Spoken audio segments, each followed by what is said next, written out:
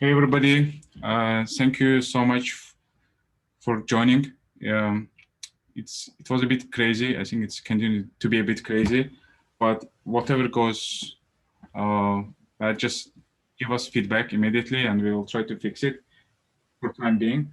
But for time being, just people gonna join, and we will have. This is gonna be the agenda. So basically, we are a bit late for a couple minutes because of number of people. We changed the Zoom link, so I think it took some time to get the updated link. But for timing, we're gonna do in parallel sessions. We will have the main this one Zoom link, and then there will be room. Some of you will be in this one. Some of you will join the other room. So because we expect 25, around 50 speaker as a speaker should speak. So, and there will be like 15 people, then break, and then another 10 people. So for that, please check the slide link and make sure you are in the right room. So it will be in turn going. So, but during the time you can join as this one or that one, and all the session will be recorded. So in case you miss something, you can later watch and ask questions. So, and then will be the kickoff awards from our sponsors for the event. That's gonna be the agenda. So for the opening, for time being, I will, Hamid Bey, do you hear us? A couple words from Hamid Bey, and then also before that, gonna just briefly mention our sponsor for the event. So our actually not sponsor mainly. Hamid Bey, indi söz vereceğim. So just quickly about our sponsor mention. So most of you from US based know Visal Ibrahimli, All My Taxes. So they came up last minute as a diamond sponsor. So $500, they will take the cost of chapter 3, 10 webinars we will do, and they will cover that cost. Thank you so much for that. Metabob Masi with us is US based startup, which is I'm also taking part. And they will brief. He's a invited guest, so he will speak in general session. So thank you, Masi, for joining us today, and thank you for the Metabob's contribution for the event in general, Goup community. And we have some gold sponsors: ATL Academy, ERP Go, which is ERP's solution, and ATL Academy, obviously the coding school.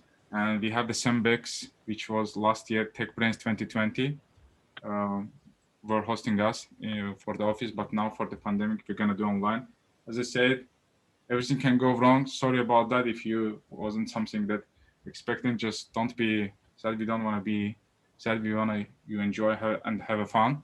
So whatever it is, just make sure you can write in chat to everyone, or just you can ping us directly as well.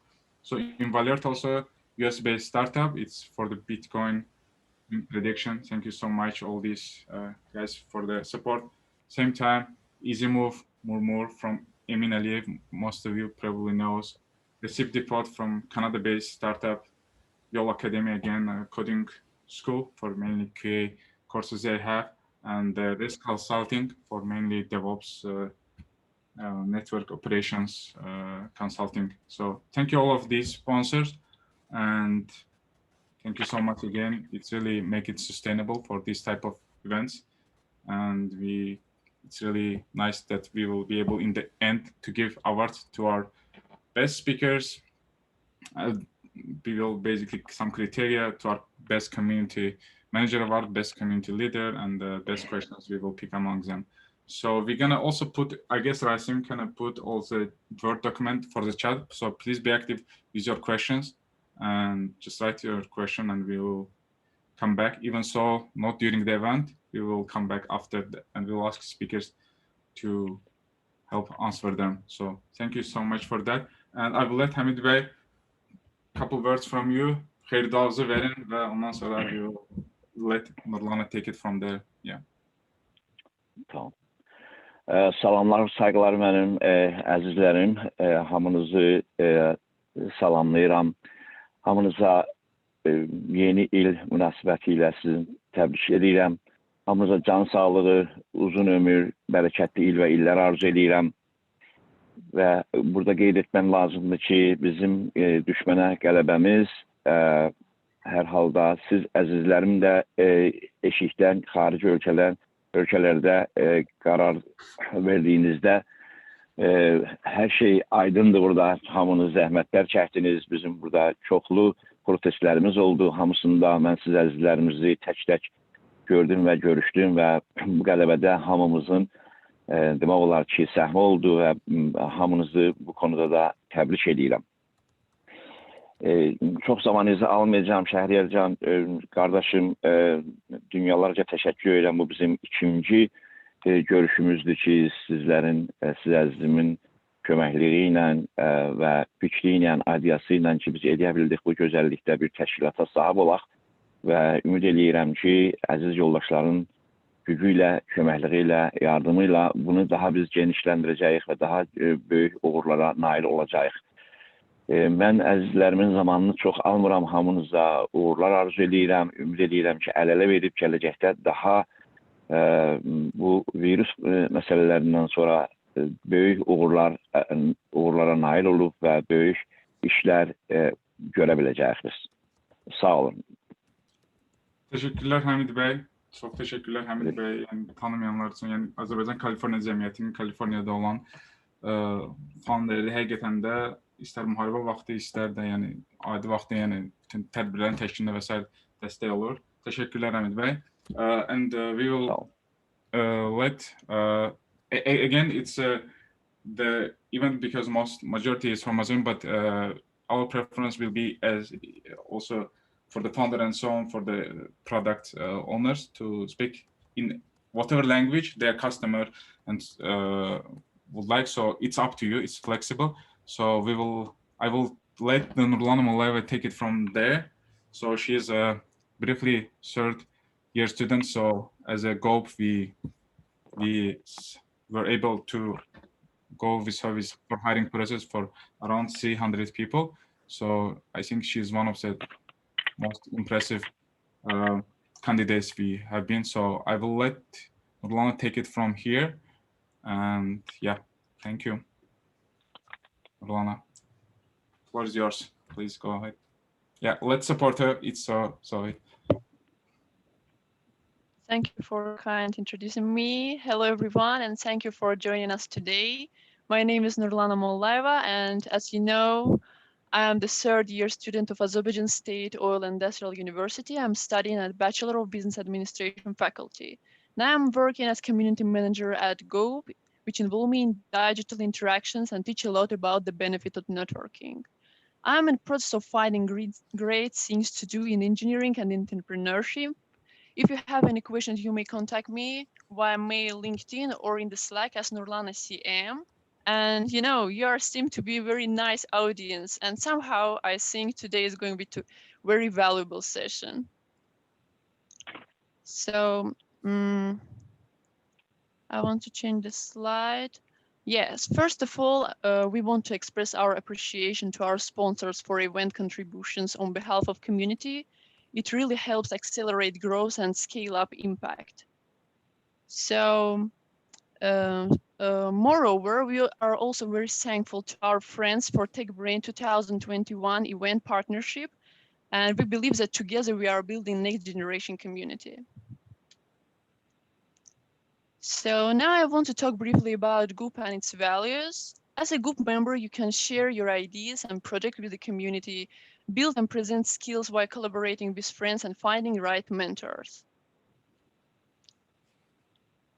Motivation. Of course, our motivation is very simple. It is build the new generation community together with you. When we say the next generation community, we mean two things, the right culture and the data. Data should be structured and indexed. Structured means easy to understand, and indexed is easy to find. Right culture creates friendly and comfortable atmosphere for each community. Next one is about Goup menu. Goup community has 3 event formats. Zero to Hero is webinar. TechBrains is stand-up networking. KissConf is lightweight conference. Apart from event community, works on different open source projects, blogs, and courses. And if you want, you can find all this information in our website, goup.com. Code of conduct. Our code of conduct has 3 main points. We are here equal and joined to collaborate. You are not allowed to talk about religion, politics, and immigration in your speech. And now I just want to ask you to turn your cameras on in order to capture this moment. Can you please?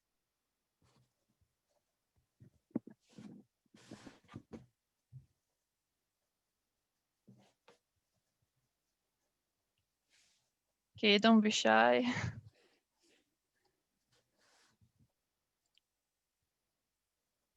Sako, may you say me when it's done, please? Yeah, I think I took one. I'm gonna do one more, but I guess, okay, we have so many, so we're gonna need to Just go. inform us when you took a photo.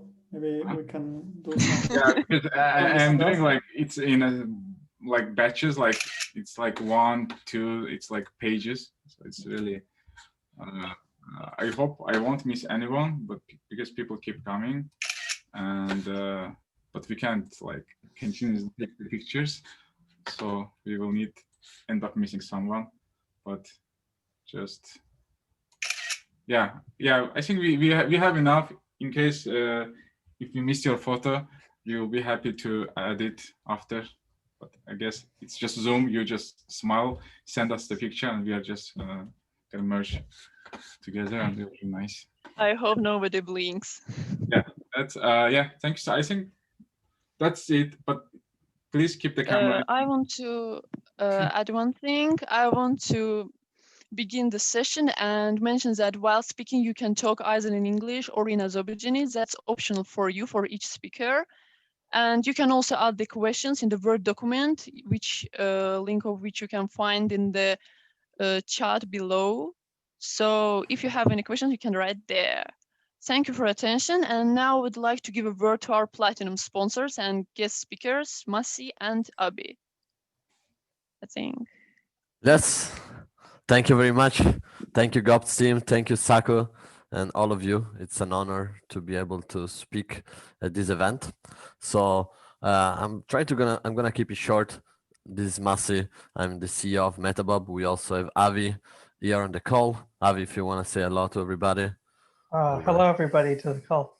Yes, Hi. Avi is our CTO and the technical leader.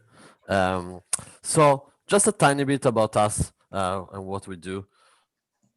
Let me see if I can maybe move. Okay, move to the next slide. Yeah, so we are all open source contributors. We are all, our team is based on highly technical people and developers, and we all went through the time consuming and challenging task of debugging, which is by far the most tedious aspect of pretty much every software developer, everyone involved with software. And based on my experience and most of developer experience, that takes up to 50% of every day, like every 50% of time every day. So instead of making new things, most of people just fix bugs over bugs. So that's really what our team, our value position, what we wanted to make, what we wanted to create an impact, to automate this process, to allow open source contributors as well as overall software developers and enterprises to be able to increase productivity by saving time debugging. As current static developer, so current static analysis tool only heavily rely on the individual developer ability to define and resolve problem by simple rules, meaning like the mainly linters or others tool that are only able to identify a problem related to one line of code, and those problems that you can identify by using a linter are, for instance, style or syntax. So what we created is an AI static analysis tool that enable developers to quickly identify the cause behind complex bugs. And what we mean by complex bugs are the type of bugs that are logic based, so not just related to a line of code, but it can be bugs, for instance, like platform specific problem, misuse of modules, problem arising from process sharing, multi-reading, and so on. So the type of bugs that it's very hard to identify in the pre-commit stage, in the pre-commit phase. So usually only realize you have those type of bugs after you commit the code, after the idea stage. And so that's what our tool is able to do. It's able to identify those bugs. And the main things we do is divided into three aspects. Number one, we detect the bug. We tell you in our main screen that you can see on the left what the bug is. We explain the root cause of the bugs, and we also provide a recommendation on how to solve the bugs.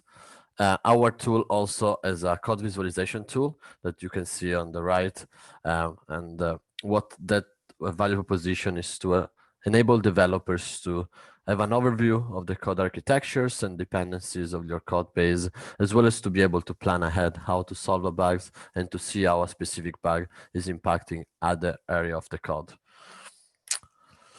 Now, in terms of this 2020, which, as I see from this conference, it's one of the topics is to highlight what went well and what went wrong in 2020 and your plan for 2021. Obviously, 2020 was a challenging year for everybody overall.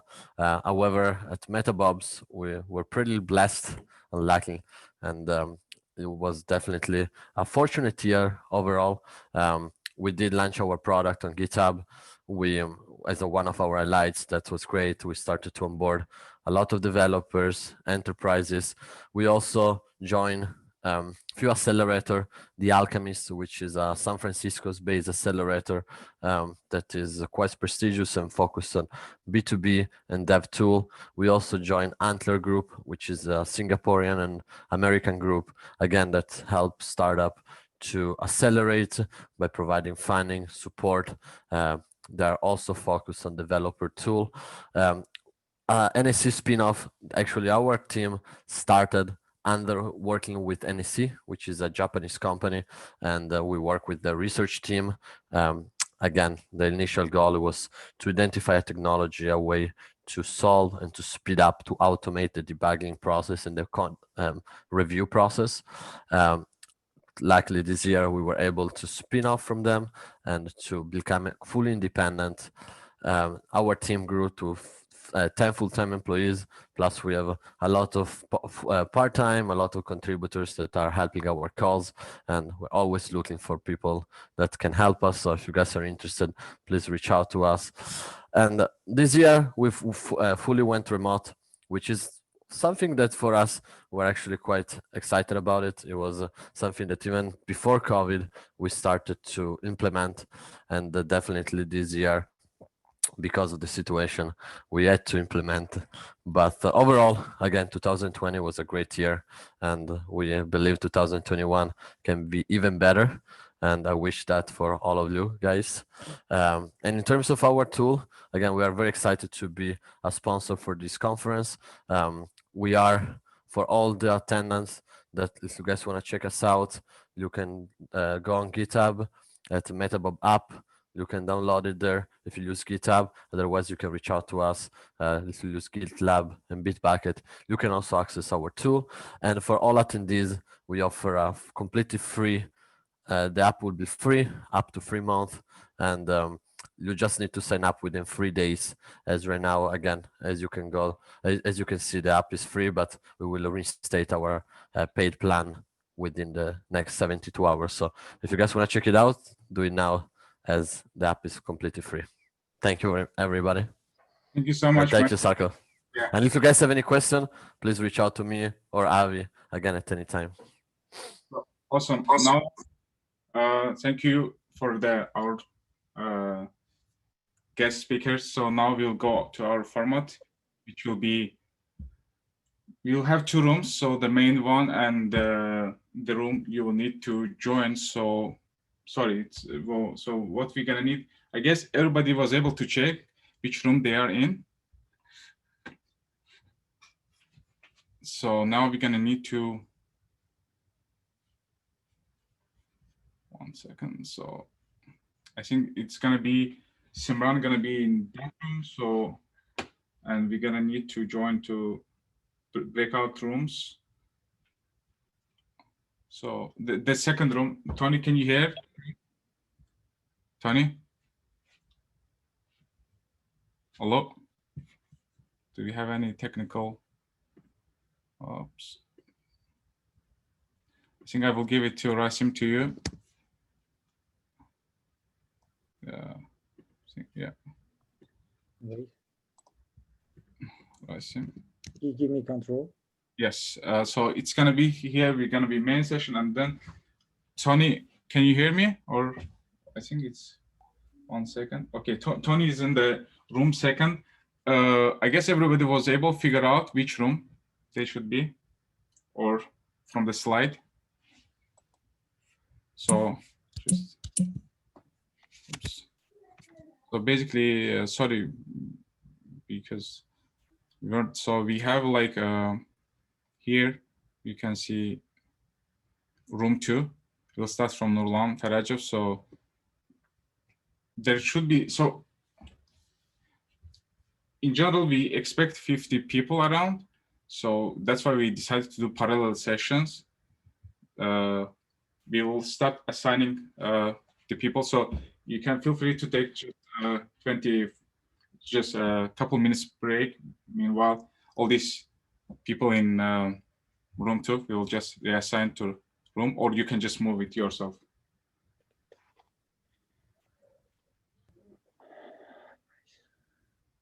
Okay. Sako? Yes. Sorry, how we can join? And I see that I'm on room 2, but I cannot. I don't know how to join. You mean to break out room? Which room? I see there are 3. Sako room 2? Yeah, this room 1. Yeah. Okay. You can just click on and join if you are on that room. Yeah, for example, Sako, sorry for interrupting, but I don't have an option to join to the second room myself, so I don't know what's going on. I mean, I can do room 1, but I cannot do room 2. So there is a room 1. Sorry, this is the main one, and then room 1. So it's just okay. So room 1, it is actually the room 2. Yeah, exactly. So sorry about that. Right. So I think in Zoom I can change the viewing. So basically, yeah, I see that. Yeah, please, the people like sorry again for that. Nurlan, Vagif, Taryel, Fuat, Heydar Orojov, Günay, Vüsal, Elmir, Rauf, Abzettin Bey, Rövşen, Nadir, Günay, Afak, Aras, and then we'll have, so we'll be like 15 people, then we'll have breaks, then we'll have another 10 people, and then we'll come back to this main room and we'll have the award ceremony and we'll get done. So Emin Sharifov, Tabriz, Ilkin, Vüsal.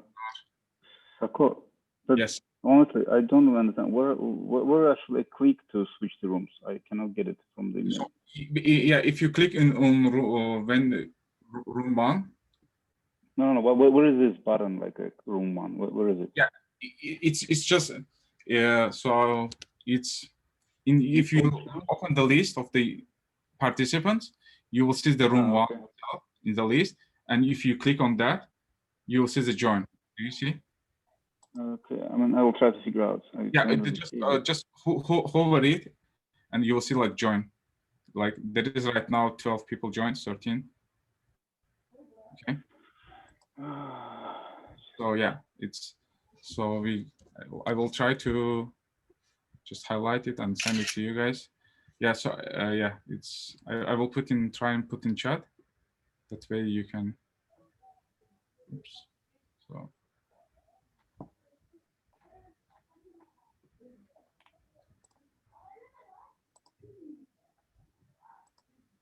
Oops. Yeah, I put in the screenshot, so please check that one out. You should be able to join. Okay.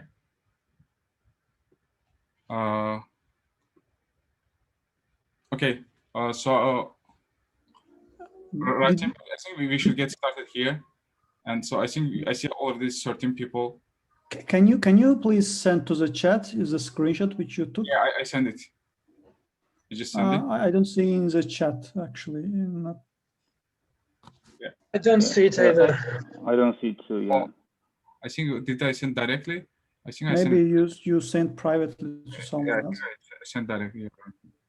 Yeah, let me. Guys, do you see share screen, participants, and record? There's a breakout room button. No, You could we just don't click have such No, option. I don't. Yeah, I don't have that option on at all. Zoom. If you do more, there will be breakout rooms. Remote control, I don't know, like pause share. You don't see breakout rooms because it's not, yeah. No, I think no.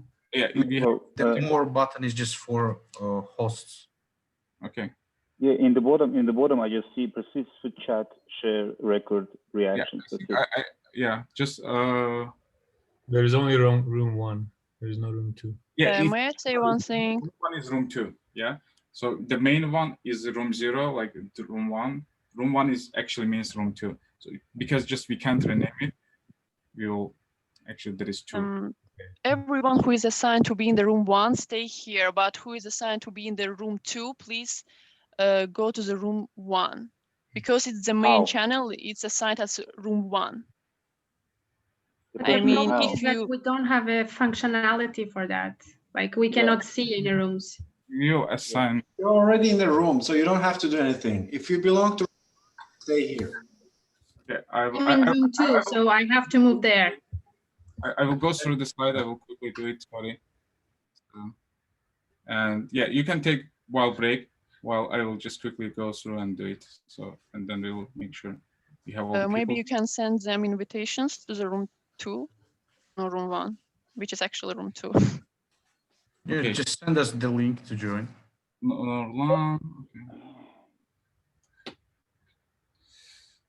Okay, Nurlan is... You can manually assign to Sako. If you want to assign manually, you can do that as well. You can assign people to the rooms manually as well. Yeah, because it's just it's maybe easier option. So yeah, we'll just quickly do that. Like if yeah, the thing is we don't have a such option like breakout room, which you have in the more, no? Like no, I don't have either. I couldn't see it. We don't have it, and I don't have option more and. Maybe it is just version of the Zoom, which like new feature, or it is like yeah, you guys have to make sure that you're on the latest version of Zoom. Okay, is it because of doesn't support? Okay. Yeah. Yeah. Then we Are can. you sure that you have enough licenses to support such amount of people? Yeah, we have 300. Okay. So we don't have any issue. Okay, then how about you guys, if it takes a bit more time, do you want to do in one session? How do you feel? Just because of timing? Yeah, for me it's fine. Okay, should we just do in one session here? Possibly everyone can update to the final version of Zoom, and we can continue with different rooms. Or yeah, we Sako, I guess you decide. 3 minutes per person, you can make a call. So okay, so we have around 40-50 people, and if you do like 3 minutes each one, it will take 2 hours again. I guess it's manageable. So let's just get started then. I guess because of some people, yeah, it's yeah, actually, I think this is not regarding the version, because I remember in my company where I work, we had similar session like breakout rooms, and I didn't have issue to join. Okay, well, let's make it into one. I guess I will let. Okay. Okay. Let's just make it here in this one, and we will. Yeah, sorry guys, it's a bit. Yes. Some people joined room 1 already. And yeah, I think I will just close it everything, and then we will just kind of. Maybe people can continue whoever in room 2, like in room 2 and whoever here. Yeah, looks like it will be a bit confusing for them, some of them. So yeah, let's everyone join, and then we will get it from here. And whoever will need for the timing, sorry about that, you can leave. if will be that case. So I guess, is it closed? No? Yeah, I think everybody's back here. Tony, sorry, yeah, some people doesn't have the latest version of Zoom. They don't see the breakout session, so we will continue in one room. Sounds good. Yeah. Awesome. Guys, it's not even because of the version. For example, I'm using from browser, and also I don't have any switch button. Yeah, I think that's fine. I think sorry about that. We didn't, so that it may cause General web version has limited functionality, so web version is different than application. That's we thought, yeah, it will be more productive. But let's go. Simran, are you here? Hello, Simran. Yes, I am. Yeah. Go ahead, please. Rasim, you're controlling it, or yeah. Let me check first. Tony. Lost you. I just lost the sound. Wait a second. What was decided? Yeah. We will continue in one room. Yeah. Tony, can you hear? Yeah, we're gonna run everything in this room. That's it. Yeah, please go ahead, guys. Okay. Okay, we may start. Simran Bakhsho, please start the speech, and as our regulation, we have the time limit. 2 minutes. I mean, will enough for giving your representing your speech, and you may start. Okay, let's. All right, guys, can you hear me? Yes. Yeah. Yes. Perfect. First of all, I appreciate picking me as the first person to speak. I know there are people who have more experience than me in this area. They're like real professionals. I'm kind of new to the IT area, and I have spent all my career in hospitality area. And since 2020 was challenging and a rough year to deal with, at the same time, it came with a lot of opportunities, and I had a time to think and change my area. And I have been doing a lot of research, like how to move into the IT area and how to handle it. And there were people who actually helped me a lot. I would like to mention their names, like Nadir Shefiev, who is my friend, Ralph Ismailov, and also thanks to Y'all Academy for their amazing professionality, and specifically Elchin Agarev. Those people did support me a lot, and I was able to make my first step into the area as a software automation engineer. And right now I am working for National Electrical Benefit Funds. And my point is, for the people who want to switch to the tech area, whenever they want to get information about any stuff, anything related to software testing stuff, I'm always ready to support, to share whatever knowledge I have. And I want to help those people as much as I can, because it's not something that's impossible. If you just combine your discipline with the hard work, you can easily do that. And it's not only me who switched to this area, but there's a lot of people who have done. There's a lot of schools who are providing services, like becoming a DevOps or software engineer and test. Briefly, whoever wants to move into the area, they can contact me. I have my LinkedIn on the slide. They can add me to their LinkedIn contacts. They can reach me out, text me, call me, whatever they want. And that's shortly about me and about my point.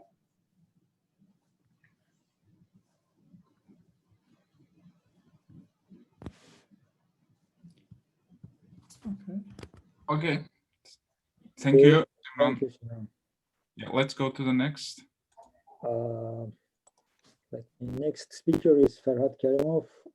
As I face it in the chat, Ferhat Karimov said that he appreciated, I mean, he wished to speak in our native. Doesn't matter, he want to turn to our native language or speak in English. You may start, Ferhat. Thank you for your attention. Yes, I will be continuing Azerbaijan. Okay.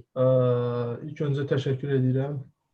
Dəvət etdiyinizə görə həqiqətən çox gözəl platformadır. Dünyanın müxtəlif yerlərində yaşayan, belə deyək də, Azərbaycanlıları bir xeyli tanışlar da var ki, onları görürük. Və mən ümumiyyətlə fikir verdim ki, siyahıya fərqlidir, amma mən biraz fərqli mövzu qoymuşam. Burada mən nəyə görə seçdim təlimçi, yoxsa dost əslində? Çünki uzun müddətdir təlimçilik edirəm, təxmini 8 il ətrafındadır və müxtəlif insanlarla ünsiyyətdə olmuşam, təxmini bəlkə 1200 falan tələbəm olub və ümumi olaraq bir problem görmüşəm ki, bizdə insanlar, yəni belə deyək də, məktəb dövründə olsun, universitet dövründə olsun, daha çox özünə qapalı olur. Düzdür, bunu hamıya şamil eləmək olmaz, amma çoxluq bunu göstərir. Bəlkə də bağçadan, məktəbdən gələn bir xüsusi psixoloji baskı var. Bunu ata bilmirlər və bu da bunların tədris zamanı bunların öyrənməsinə mənfi təsir göstərir. Çünki tədrisdə həm digər qrup yoldaşları ilə ünsiyyətdə ola bilmirlər, eyni zamanda ünsiyyətdən əlavə suallarını verə bilmirlər, hər hansı mövzuları soruşa bilmirlər. Bu böyük problemlərdən biridir və buna həll kimi düşünürəm ki, təlimçi və tələbə arasında münasibətlərdir və bu ancaq təlimçi ilə bitməli deyil. Biz əslində onlarla dost olmalıyıq. Çünki və bunlara ancaq belə deyək, bunların ödəniş edilər, bunlara dəst edib, bununla iş bitdi olmalı deyil. Olsun texniki və ya humanitar fərqi yoxdur. Biz onlara həm biliklər verməliyik və eyni zamanda bunları digər sahələrə də hazırlamalıyıq. Bunlara belə düzgün yol göstərməliyik. Mənə çox xoş olardı ki, mənim özüm təlim mərkəzi də var və müxtəlif istiqamətdə təlimlər keçirir. Mən çox istərdim ki, burada xaricdə yaşayan Azərbaycanlılar olsun. Müəyyən ayda bir dəfə heç olmasa dəvət edin, bunlardan biri bizim təlimlərə qoşulsunlar. Bir yarım saat, 40 dəqiqə dəyərli vaxtlarından ayırsınlar. Uşaqlarla danışsınlar, onlara çox motivasiya olar. Həm dünya praktikasından müəyyən mövzular danışsalar çox yaxşı olar. Və bunlara bu kimi belə deyək, ancaq bilik yox, həm də bunlara karyer olsun, digər sahələrdə olsun, bunlara imkanlar verməliyik ki, bunlar inkişaf eləsinlər və bununla hər bir şeyi keçir, yenə qayıdıram əsas məsələ dost olmaqdan. Dost olmaq üçün isə mütləq şəkildə biz tələbə ilə münasibət qurmalıyıq, səmimi olmalıyıq, özgüvən verməliyik tələbəyə, güvənməlidir bizə və bütün bunları etdikdən sonra təbii ki, artıq öz qapalı dünyasına bizi buraxacaq. Bundan sonra isə rahat ünsiyyət qurmaq olar. Çalışdığım fikrimi toparlayım, belə deyək, az bir müddət ərzində bunların hamısını çatdıra bilim, belə deyək, fikrimi tamamlaya bilim. Təşəkkür edirəm bir daha. Çox sağ olun ki, dəvət etdiniz platformaya. Çox sağ olun Fərhad bəy. Mən təşəkkür edirik. Wait a moment. Our next speaker is İmran Bağırov.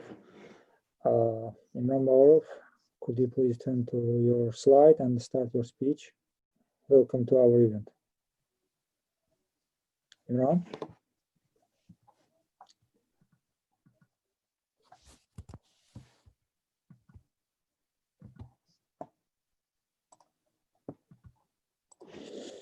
İmran yəqin gedib o biri otaqdadır. Okay, so biraz çaşqınlıq yarandı orada. Okay. Let's skip then for time being, and I will try to reach him. Sorry. Okay. Total Samet, I guess he's not here. Rashad Bayram. Rashad. Hello, Rashad. I think he is also having trouble, I believe. Yeah, I'm here. Sorry, guys. Okay. Yeah. Please go ahead. I'll speak English just in case. My name is Rashad. I moved to Canada around 7 years ago, and all my time I spent in a big corporate world. Here, after I moved, I decided that I don't want to work for big corporations anymore. So with a couple of friends, we brainstormed and started to think about launching any startup. So eventually I ended up building a bookkeeping, let's say, turnkey solution, hassle-free solution for bookkeeping services, Receipt Depot, which allows small businesses and self-employed people in construction area, in construction business, easily track their business records, invoice customers, and log their mileage. This journey actually was full of ups and downs because as a background, I am like a business commercial person and have nothing to do with any technology at all, or had nothing to do with any technology. But in order to understand how to create the minimum viable product, how write down the technical, let's say, description of the project, the features, functionality, I realized that I needed to understand in depth how the technology works, which technology stack we have to use, how to choose the employees to outsource the technological part of the project or to make it in-house. So there was a dilemma to make it outsource or to make it in-house. And there are some major criteria. There were like the cost, timing, quality, communication issues or potential challenges, and of course the delivery of the project, final delivery project with the post-maintenance. Since we didn't have any technical person in the background in our team, I deep dived into the understanding the technology and actually started coding myself. But of course, I was not able to develop any project, so I decided, okay, for me, this is I do for understanding and be able to negotiate with a company who I will outsource this to make the best out of the cooperation with our source company. So, and there were, of course, a lot of numerous challenges which we faced with, such as, I don't remember my memory, but it was that how to be sure that the company which is presenting itself as a 5-star company will deliver based on your expectation, which platform to use, Upwork, freelance, TopTal, and the price matters, the quality matters. Then do they use indeed the test-driven development approach? Do they have a quality assurance and a quality control over during the development process? The scalability, the future scalability of the project, the security of the software application, again, the warranty and the post-maintenance. All these matters had to be analyzed. And when you don't have a person with a technical background in the team, it is always a big challenge, and especially if you don't have experience doing this. So I engaged myself and I educated myself enough to negotiate and more or less successfully outsource the whole technical aspect of the project and ultimately achieve the result, even though it was not fully smooth and fully, let's say, problem-free or bug-free. As an overall experience, I would say that in order to mitigate most of the risks, you have to not only have certain experience, but also educate yourself in every aspect of the challenges you have in front of you, and you have to decide, you have to make a proper SWOT analysis. For timing, yeah, please. Yeah, if you can. Yeah, I'm finishing. You have to make a proper SWOT analysis, and basically based on that, make your decision how to proceed, whether to outsource or not. That's it. Thank you, Nishat and Jimshid. Please go ahead.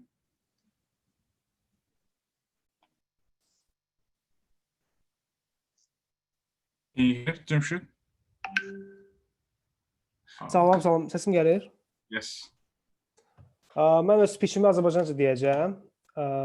Çalışacağım deməli 3 dəqiqəyə sığışdırım deməli.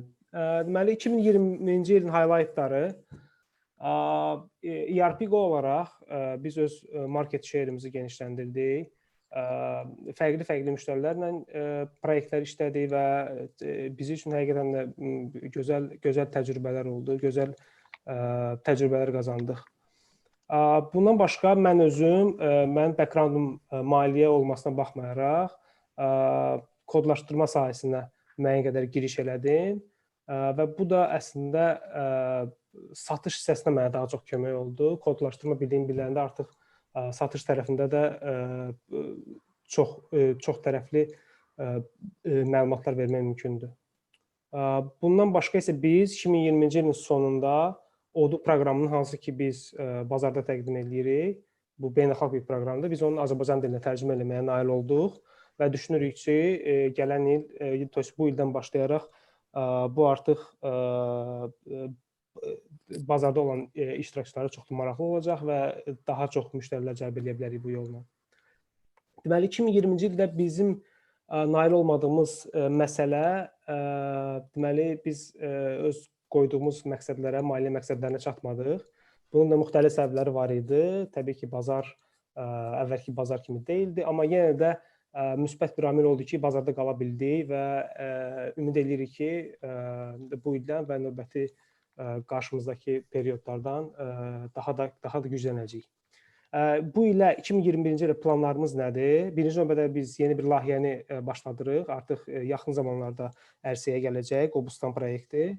Bu bizim Odoo community versiyasının üzərində qurduğumuz Azərbaycan maaş hesablama sistemidir. Bundan başqa mən planlaşdırıram ki, şəxsən öz FinOps skilllərimi artırım. Bu FinOps isə hazırki dünyada hansı ki şirkətlər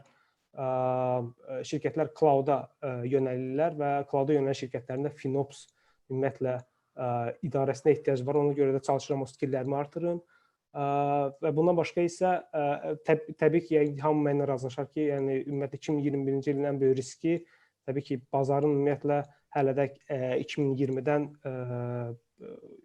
2020-nin təsirlərindən ayrılmamaqdır və ümid edirik ki, bu risk qarşısında qalmaz. Çox sağ olun. Məncə vaxta elədim. Vaxta space elədim. You still have 30 seconds. Yeah, okay. Wish you everyone great night and have a nice weekend. Thank you, Jamshud. All right, let's move on to the next speaker.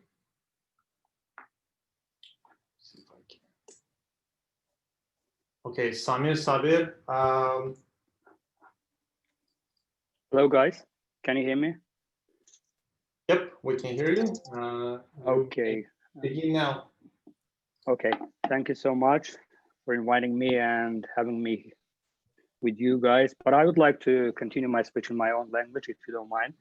And I apologize from English language speakers over there. Mənim adım Samir. Mən çox şadam ki, bu eventə dəvət aldım və eventin təşkilatçılarına və burada olan bütün insanları əvvəla salamlayıram. Sonra təşəkkür edirəm ki, belə bir gözəl təşəbbüslə çıxış edirsiniz. İkinci dəfədir ki, və burada toplaşan mütəxəssislər bir yerə yığırsınız. Burada gəlməkdə məqsədim, mən bilirsiniz ki, Live Life in California səhifəsinin təsisçisiyəm və adminiyəm. Çoxlarınız bəlkə də tanıyırsınız, bilirsiniz, görürsünüz, izləyirsiniz. Kaliforniyada based olmuşam, yəni burada yaşayıram və çalışdım ki, burada bu proyekti başlayam və Azərbaycanlıları dünyanın arasında olmasına asılı olmayaraq bir-birlərinə körpü şəklində tanıtım eləyəm. Yəni müxtəlif sahələrdə çalışan, müxtəlif peşəkar insanları canlı yayınlara, xüsusilə mən canlı yayınlar təşkil edirəm və canlı yayınlara dəvət edeyim. 2020-ci ildə təbii ki, bilirsiniz ki, bu pandemiya dövrü oldu və bundan istifadə edərək insanların çox sevdi oldu. Ona görə onlayn sistemi mənim işimin də bir balaca irəliləməsinə və daha da tanınmasına biraz yardım elədi. Deməli, həftə içərisində canlı yayınların sayı biraz çoxaltdım, çünki daha çox biraz vaxtım oldu onlara və qərara gəldim ki, ümumiyyətlə bu platforma tərkibində bir neçə subdivisionlar yaradan və ilk subdivision kimi Finance Economics adlı bölüm yaratdıq və çox sağ olsun orada iştirak edən, speaker kimi çıxış edən dəyərli professorumuz deməli Şimali Dakotadan Fariz bəy və Günel xanım, onlar könüllü şəkildə bu işə yardım edirlər, ayda bir dəfə çıxış edirlər və il ərzində ümumiyyətlə baxışların sayı və subscriberlərin sayını artırmağa nail oldum. Çatışmayan cəhətlər təbii ki var. Bunlar bəzən right speakers, yəni ki, hansısa ki, mən reach out eləmək istəyirəm, onları mən bəzən tapa bilmirəm və yaxud bəziləri etiraz edirlər, yəni gəlməkdən. Yəni mən çox istəyərdim ki, buradan da istifadə edeyim, burada olan toplaşan uşaqlara ki, gəlin bir-birimizə yəni tanıyaq, bir-birimizə dəstək olmaq üçün hamı bir-birini ən azından bir ekranda görsün, sualını versin və yaxud özünü göstərsin, öz peşəsindən danışsın. Bu da bizim communitylərin inkişafı üçün çox yaxşı olardı. Təbii ki, technical equipment, yəni öz sahəmdə artırmaq fikrim var. 2021-ci ildə live streamlərimin keyfiyyətini artırmaq üçün müəyyən texniki avadanlıqların əldə olması üçün layihələr fikirləşirəm. Təbii ki, müxtəlif media layihələrinin açılmasını istəyirəm. Təbii ki, bunlar istəkdir və bunun üzərində də çalışıram. Növbəti subdivisionlar kimi tek sahəni fikirləşirəm və burada tek sahəsində işləyən dostlardan xahiş eləyərdim ki, IT Mentor Academy belə bir şey subdivision eləmək fikrim var. Xahiş eləyərdim sizlərdən, əgər imkanınız olsa, təbii ki, mən e-mailimi də burada yazacağam və sizlərə də e-mailinizdən istifadə edib sizlərə də müraciət edəcəm bir daha. Və bu IT sahəsinə keçid eləmək istəyən insanları motivasiya eləmək üçün sizləri çıxışlara dəvət edeyim.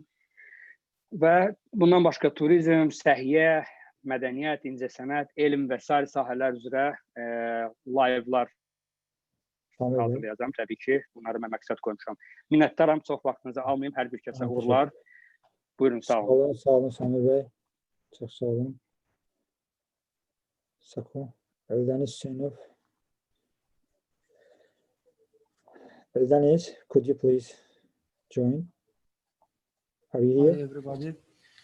Guys, quick comment.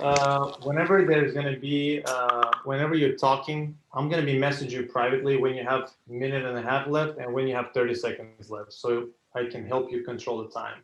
You can go over 3 minutes a little bit, but if we go, everybody speaks for 5 minutes, it will add up at the end. So just pay attention to the chat of your Zoom, and that's where I'll privately message you with your time. Thank you. One more thing I can suggest, maybe we can open the Google and there's a timer and then start the timer 3 minutes. Just a suggestion. Okay, can I continue now? Yeah. Hi, everybody. First of all, thank you for such opportunity. My name is Eldenis, and I am working in Huawei Azerbaijan office, technical department manager. Just will try to speak shortly. For 2020 year, actually it was a challenging year, but it also brought some opportunity. First of all, remote work is helped us work in different conditions and with new realities. Also, it helped us with our time management, and we had enough time to self-study, to improve ourselves. Even my background is telecommunication. I also started to study in software part, programming. I had a little bit background in C++, but I also started Python programming language. What I can say about lax of 2020, actually, it always difficult for me to find a student with basic university knowledge. And first of all, it is not only difficult in this year, but it's always very complicated. And even in this year, it was very difficult because we could not go to university, and even university all was closed. And For 2021, I plan to explore new areas to improve my programming skills, and I plan to improve knowledge in the cloud area also, because it's all of the trend that telecommunication CT part, it is going to ICT, and in the near future we will always use term ICT. Even from last year, we already started to deliver cloud projects at Huawei Azerbaijan office. So this is mandatory to make improvement in the cloud part, cloud learning, and also software engineering part. About risks for this year, as the future always unpredictable, but anyway, we can give some risks, such as this pandemic issue can always disturb our plans. It can last more times, and it can bring new challenges. Thanks again. Thanks especially to Sako for inviting to such great platform. Thank you. Thank you. Thank you, Dennis. Thank you, Dennis. Let's move to the next. Next Rashad one is Farajulayev. Rashad Farajulayev. Rashad, are you here? You may join and you may start, please. Hello, everyone. I'm quite excited to be here, and I'll do my best to keep short and talk about issues that I have specified here. What was good in 2020? It was a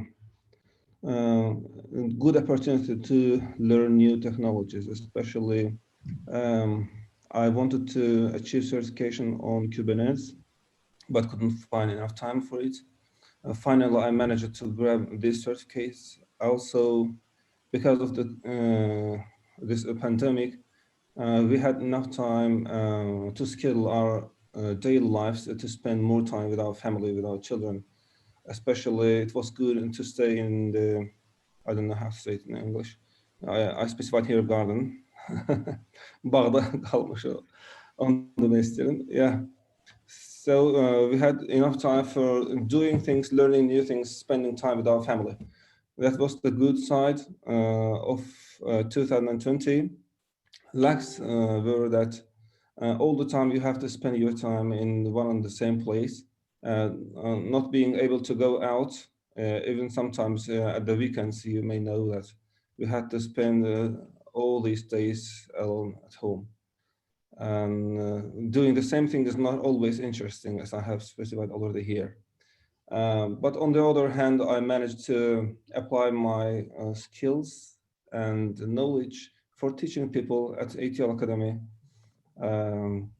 to programming in C# language and in front end by using JavaScript and Vue.js libraries.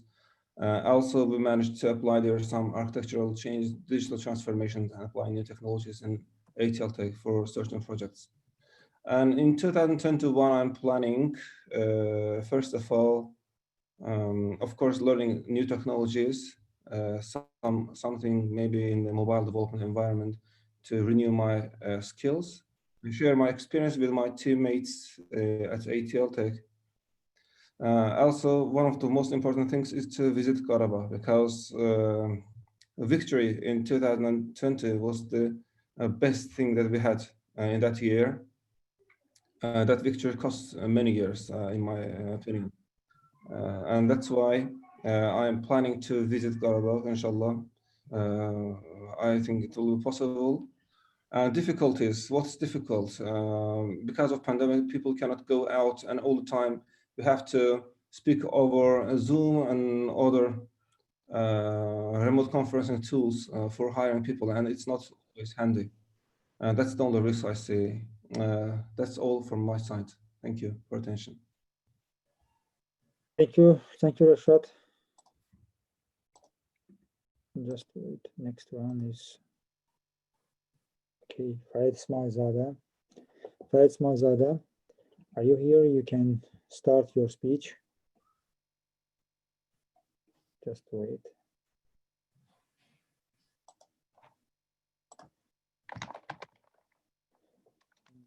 I don't see him. He is not here. Yeah. Turn to next one. Next one is Fidan Kerimli. Fidan Kerimli, can you please start your speech? Yes, thank you. Hi, guys. So my name is Fidan Kerimli. I am a lawyer, a cybersecurity and data privacy lawyer in Mullincolin. And I wanted to talk a little bit about, looking at my time, so I have 3 minutes. Okay, the good stuff that happened in 2020, the boom of basically cybersecurity and data privacy field. So I come into like a tech world from a legal perspective, and I think that with everyone moving, working from home in 2020, the biggest thing was, the network security was a thing for everyone. And most companies, because they were not prepared to work from home, they lost data, by different attacks such as ransomware or business email compromises. So that led to the boom in legal field, a lot of hiring increase, again, in cybersecurity and cyber threat intelligence field in general. So from technical and from legal perspective and from business as well. And cyber insurance became a thing where, if you have a car, you need to have an insurance for your car. At least in the States, you now need a cyber insurance in case when you get attacked and when your data, like your entire computer is locked and you can't access your patient records, your whatever the case may be. So you can get it back by having a cyber insurance where they're going to talk to the threat actors, to the criminals who took your data. They're going to pay them money, basically ransom money, to get your data back. So the good stuff, or the things that kind of like a boom increase happened, that was mainly that. The lacks, obviously, the fact that, we realized a lot of companies just don't know, they were not prepared for working from home. I think that just goes around in the States, in Azerbaijan, doesn't matter. And the biggest thing I think I personally learned from it, from just talking to so many companies who lost data or, had problems with it, multi-factor authentication, login, it's like a main problem. Nobody likes to do it, but it kind of helps. That's like a one big tech piece that I learned from all of it. For plans, graduating from my master's actually in cybersecurity this year. So, and then trying to get my certification in privacy world, and hopefully traveling if that allows, if that happens in 2021. Risks, again, are going to be, COVID is not over. It continues. It affects markets. There's the instability and uncertainty. It's still there. And work from home is no longer just an option. Kind of, we're just like, I don't think that I'm going back to working from office anytime soon. So we kind of have to like agree with that and be okay with that as well. Any questions if you have, I'm happy to answer. My LinkedIn is down below. Nice to meeting you all virtually, and hopefully I'll see you soon. Thanks. Thank you. Great timing. All right. Let's Appreciate it. So Alekber Mamedov. Yes. Hi, can you hear me? Yep. Hello. Yep. Ladies and gentlemen, thank you for having me here. I'll speak Azerbaijani further because my slide is in English and speech basically is a reflection of slides. So that way, I think we will cover both Azerbaijani and English speakers. And I'll talk from the perspective of IT professional living in Norway and doing some business in Azerbaijan. 2020-ci il bütün dünya üçün və Azərbaycan üçün o cümlədən son 30 ilin yəqin ki, ən çətin qəliz illərindən biri oldu. Azərbaycanda da və ümumiyyətlə hər yerdə qlobal pandemiya ilə əlaqəli problemlər, geniş miqyaslı hərbi əməliyyatlar, səfərbərlik, hərbi vəziyyət, bunun üstünə gəlsək, iqtisadiyyatda müəyyən neft qiymətləri ilə, neft bazarında hökm süran məlum stagnasiyalar, olduqca gərgin situasiya, yəni bunlar hamısı öz təsirini göstərdi. Bunlara baxmayaraq, müstəqillik illərində əldə etdiyimiz nailiyyətləri bir sıra üstünlüklərə biz konvertasiya edə bilmişik. 2020-ci ildə təşkilatlana bildik və vahid bir güc olaraq bütün çağırışlara qarşılıq verə bildik. Həm bir toplum kimi, həm bir xalq kimi, qrup səviyyəsində də, fərdi səviyyədə də hesab edirəm ki. Kommunikasiya sahəsində dramatik dəyişikliklərə getdik və bir çox halda bu dəyişiklikləri öz xeyrimizə istifadə edə bilmişik. Və vacib bir məsələ də var ki, təhsilin və ümumiyyətlə peşəkar hazırlığın əhəmiyyətini yenidən dəyərləndirdik və yeni bilik əldə etmək üçün yeni proseslərə start vermişik. Məsəl üçün, mən şəxsən master kursu götürdüm. Information Security Trondheim Universitetində təhsilimi davam etdirmək üçün. 2020-ci ildə təbii ki, bir çox problemlər də yaşandı. Yəni biznesin, kritik infrastrukturun və dövlət sektorunun məsəl üçün krizisə nəzəri cəhətdən hazır olması ilə bərabər praktiki amma çətinliklər yaşandı. Bir çox şeyi elə sahədəcə öyrəniləsi oldu və tətbiq olunması oldu. O da qüsursuz keçmədi təbii ki. Kriz şəraitində davamlılıq kimi mühüm məsələlərin məsəl üçün ancaq nəzəriyyələrə deyil, həm də mütəmadi praktiki məşğələlərə, yenilənən prosedurlar, planlara ehtiyac duyduğu bir daha açıqcasına qabardı. Və psixoloji cəhətdən təbii ki, yaşanan stres, mənəvi baskı, iş itirmək qorxusu, bunlar hamısı mənfi, 2020-nin mənfi tərəfləri. Hazırda mən və mənim bir neçə iş kompanyonum 2021-ci il üçün müəyyən planlar hazırlamışıq. Biz Azərbaycana refurbished şəbəkə avadanlığını idxal edirik və bu istiqamətdə işimizi genişləndirməyə planlaşdırırıq. Ondan başqa verilərin analiz edilməsi və nəticələrin vizual görsənilməsinə yönəlmiş projelərdə iştirakımızı gerçəkləşdirmək və DevOps yanaşması sahəsində müəyyən projelər. Risklər yenə də yerində qalır. Pandemiya, təbii ki, kommunikasiyanın çətinləşməsi müştərilərlə və boots on the ground məsələsi, yəni yerli reprezentativ, bizi təmsil edən şəxslər. Bununla da yekunlaşdırıram və sonda bir daha bütün xanımlar, bəylər, böyük qələbə ilə hamını təbrik edirəm. Uca Tanrıdan şəhidlərimizə rəhmət diləyirəm və müharibədə iştirak edən şəxslərin, qazilərimizin tezliklə normal həyata qovuşmağını, qayıtmalarını tezliklə arzulayıram. Thank you, Ələkbər Bey. Thank you. All right, let's keep moving. Emin Guliyev. Yep. Okay, we got 3 minutes. Okay.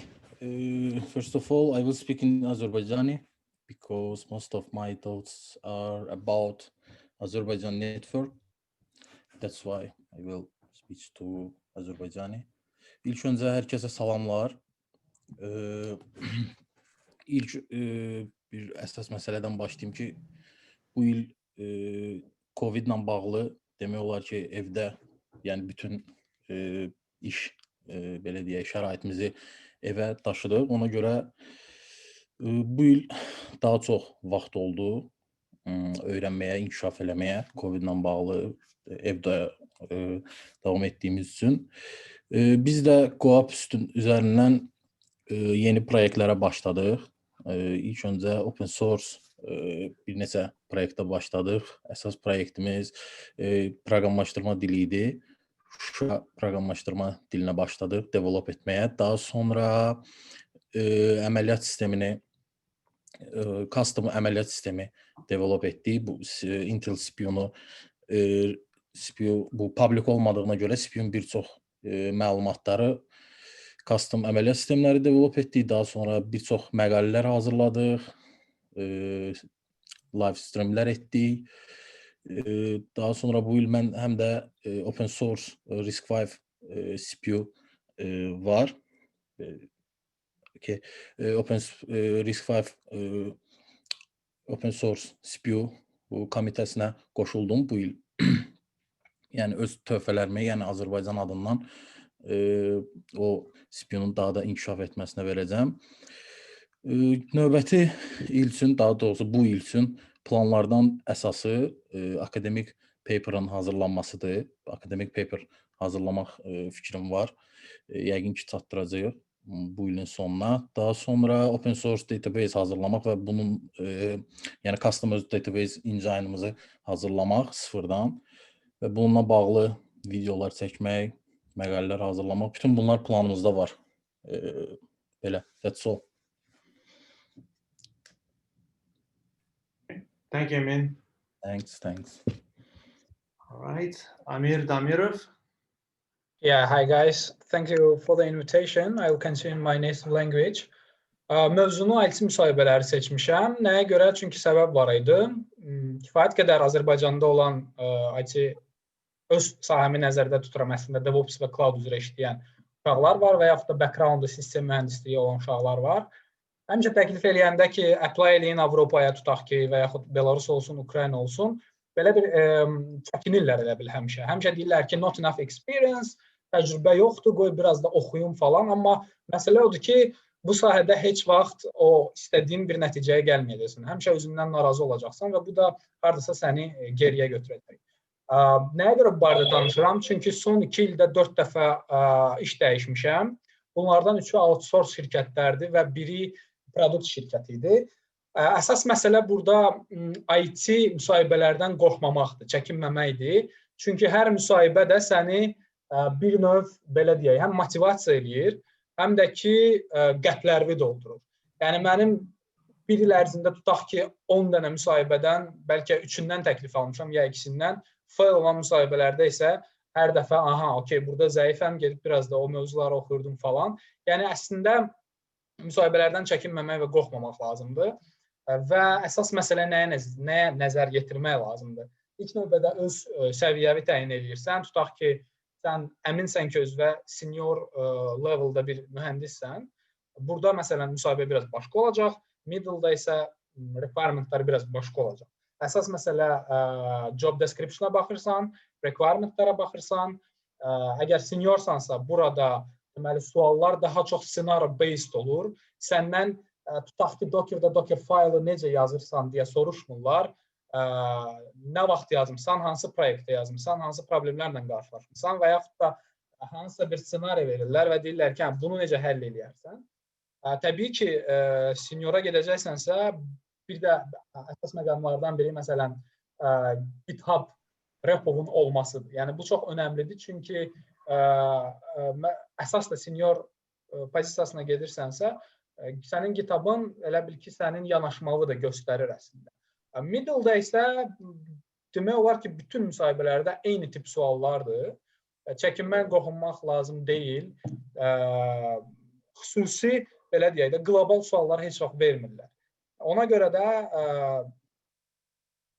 məsləhətim, necə deyim, əgər kimsə yeni başlayanlar varsa və yaxud da relocate eləmək istəyirlərsə, çəkinmədən, rahatlıqla, əsas da outsource şirkətlərinə müraciət eləyin başlanğıc üçün. Çünki hal-hazırda DevOps və Cloud üzrə mühəndislər azdır. Onlar hətta fresh biliyi olan insanları işə götürüb, xüsusi akademiyalarında özlərinin və yaxud da xüsusi, belə deyək, treninqlərində puxtələşdirib satırlar proyektlərə. Təbii ki, onlara sərf edir, sənə $20 verir saatına, ona verir $100.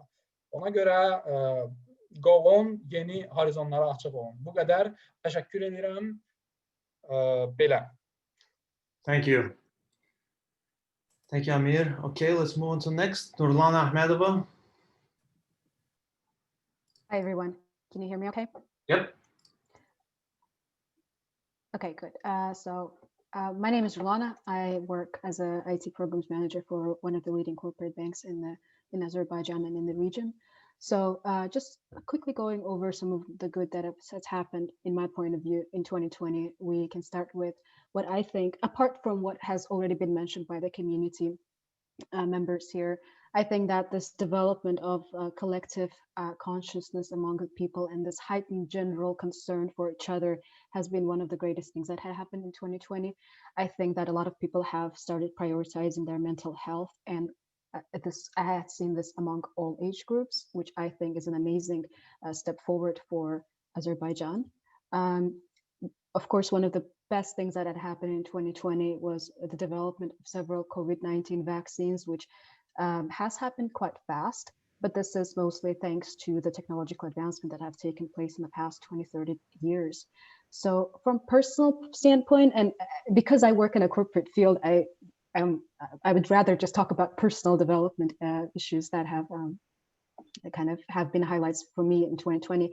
I have taken up Python, and I have worked a little bit as a Scrum Master on the side. This was a complete volunteering job, so that was pretty amazing. I worked for 2 squads, and we have been able to launch something something very special. This is tied a little bit to my work, but hopefully eventually you'll get to hear a little bit about it in the future. Some of the things that had happened not so great in 2020, of course, the psychological impact of global pandemic has taken a great toll on a lot of people. I think there was also, from my point of view, there were quite major difficulties with maintaining this work and life balance. But I think I have been able to come pretty close to mastering it. So if you guys have any questions or need any suggestions on how to make it work, hit me up. For plan for 2021, I am hoping to, of course, move on with my learning and professional development within the field that I'm working in, as well as outside of it. I do hope to support small local businesses in Azerbaijan, in Baku specifically. And I have some ideas on that. If you have any questions, let's talk. And a third thing I think is just kind of getting more involved with social and international activities and initiatives such as Goup. And really quickly, for 2021, from strategic point of view, do keep in mind that, of course, some of the risks for 2021 are, delays in vaccinations, global economic crisis, healthcare system crisis, and so on and so forth. So maybe you might want to keep that as you plan your strategy and execute your strategy for wherever company, product you're working on, and so on. So thanks again. Thanks very much to Sako as well for getting me involved into this wonderful kickoff. So keep in touch. Thanks. Thank you. All right. Just 1 second, guys. Okay, Imran Bagirov. Hello, guys. Hello, guys. Okay, my name is Imran. I'm head of Lütfüzade Technology Center. This year was a tough year because I started doing something I've never done. I started doing the construction of the biggest co-working center. So I didn't know anything and learned everything, how to put the cement, concrete, and how to deal with all things. So the good thing that we managed to finish it despite all the hard things. The second thing, of course, the Karabakh. It's our proud. We have been waiting for so long. We understood that about the power of online. Before that, we were talking about online, how it can work, but it never worked as truly. But there was a lot of people who have been always objecting to the cause that it will never work. So this virus made us to understand that this is workable, this is solution, and this we can work out. So we could step back a little bit, relax, because over time when there wasn't any pandemic, we have been just running like rats. But during this year, we had a chance to just step back and say where we can fix, where we can add value, where is the problem. And this added, of course, education. And of course, I pushed too much on the LinkedIn, meaning that I have been constantly sharing my views and reading the books and sharing my comments about this. So I see that LinkedIn as a new community product, which is very, very strong. So forget everything, we are on LinkedIn. So what was the problem? The problem was about the sales and the cash on the table. So it was definitely everyone was expecting from each other. So the chain of money flow was in the problem. And we had problems with the vendors, so that we have to find the quality workers on different fields. Of course, I'm missing the swimming pool. This is the awful part. Gyms are not open. I missed the airports, the travels, because it had been adding so much time. I had a stress time over time because we are in something that we have to manage. And also I have been doing something new, and that's the thing. So what's planned? Continue to invest. So we are here, I'm in Azerbaijan. I will do my best to continue to invest. And of course, collaborate with more, and which is the main point here. For the 2021, I will push more power on collaboration. So this is the message of this year for me. So I would share this message with everyone. Let's collaborate, because in a single play, we cannot achieve much. I am sure that it's how it works. So this is the year of working together, and we have to earn money together. Of course, we have risks, but the main thing is collaboration. Thank you. Thank you, Imran. Moving on to the next speaker. Günay Kazimzadeh, are you here?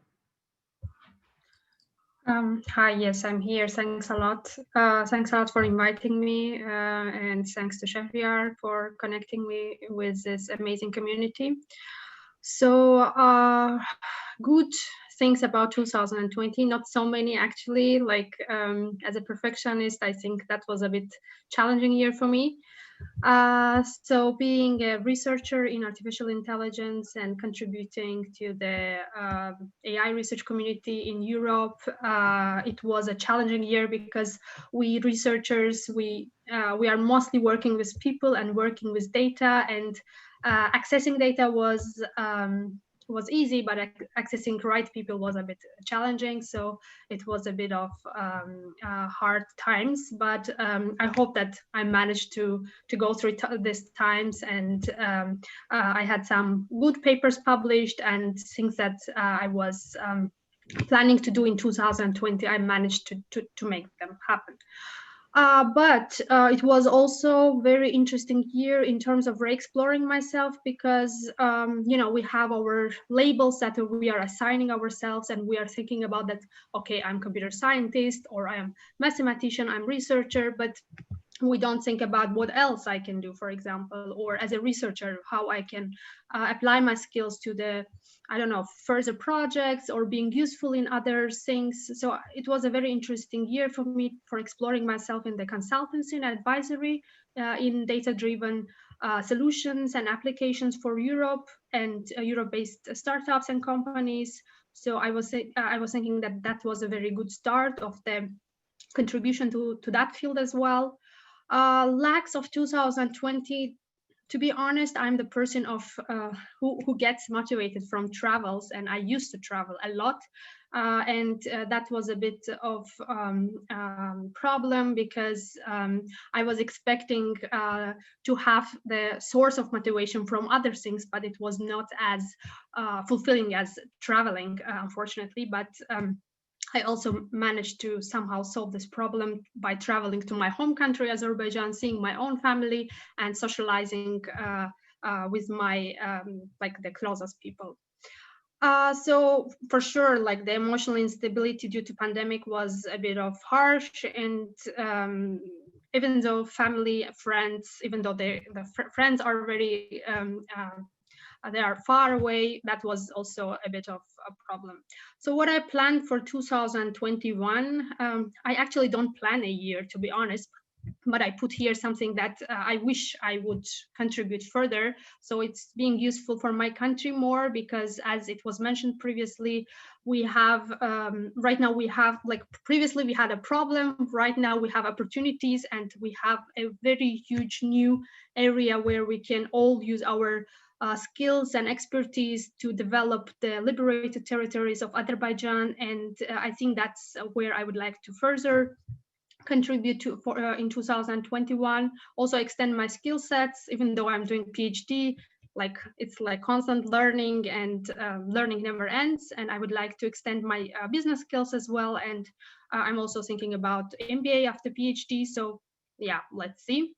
So risks of 2021, probably like new virus and the vaccination problems, like this pandemic, I don't know, like if it will end, like how it will end, will we get back to the old version of our lives or not? That is the question, and the question that actually bothers me a lot.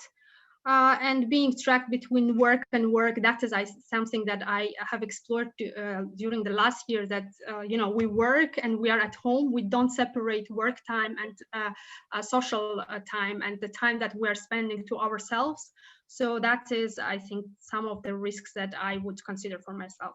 Thanks a lot, and I wish you all a very good evening if you are in Baku, if you are in other parts of the world. So wish you a very good day. Thanks.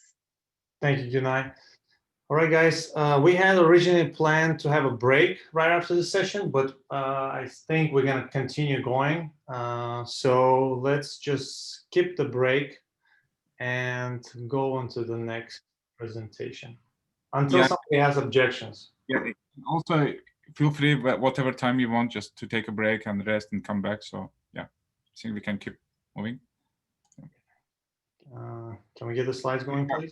Yeah, we are also trying a bit to move around the slide a bit, the people in Baku, just because of the late, in case we do. So I guess, yeah, we'll go on. Thank you.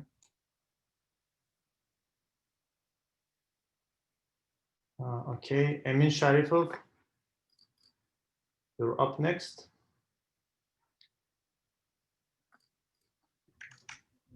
I don't think. Hey, yeah, I'm here. I wasn't expecting to be now. Thanks for inviting me, Sako and Goup team. Excited to be here. So everyone, my name is Amin. I am here in Silicon Valley. I worked in multiple different areas in technology. Recently, I was at Expedia.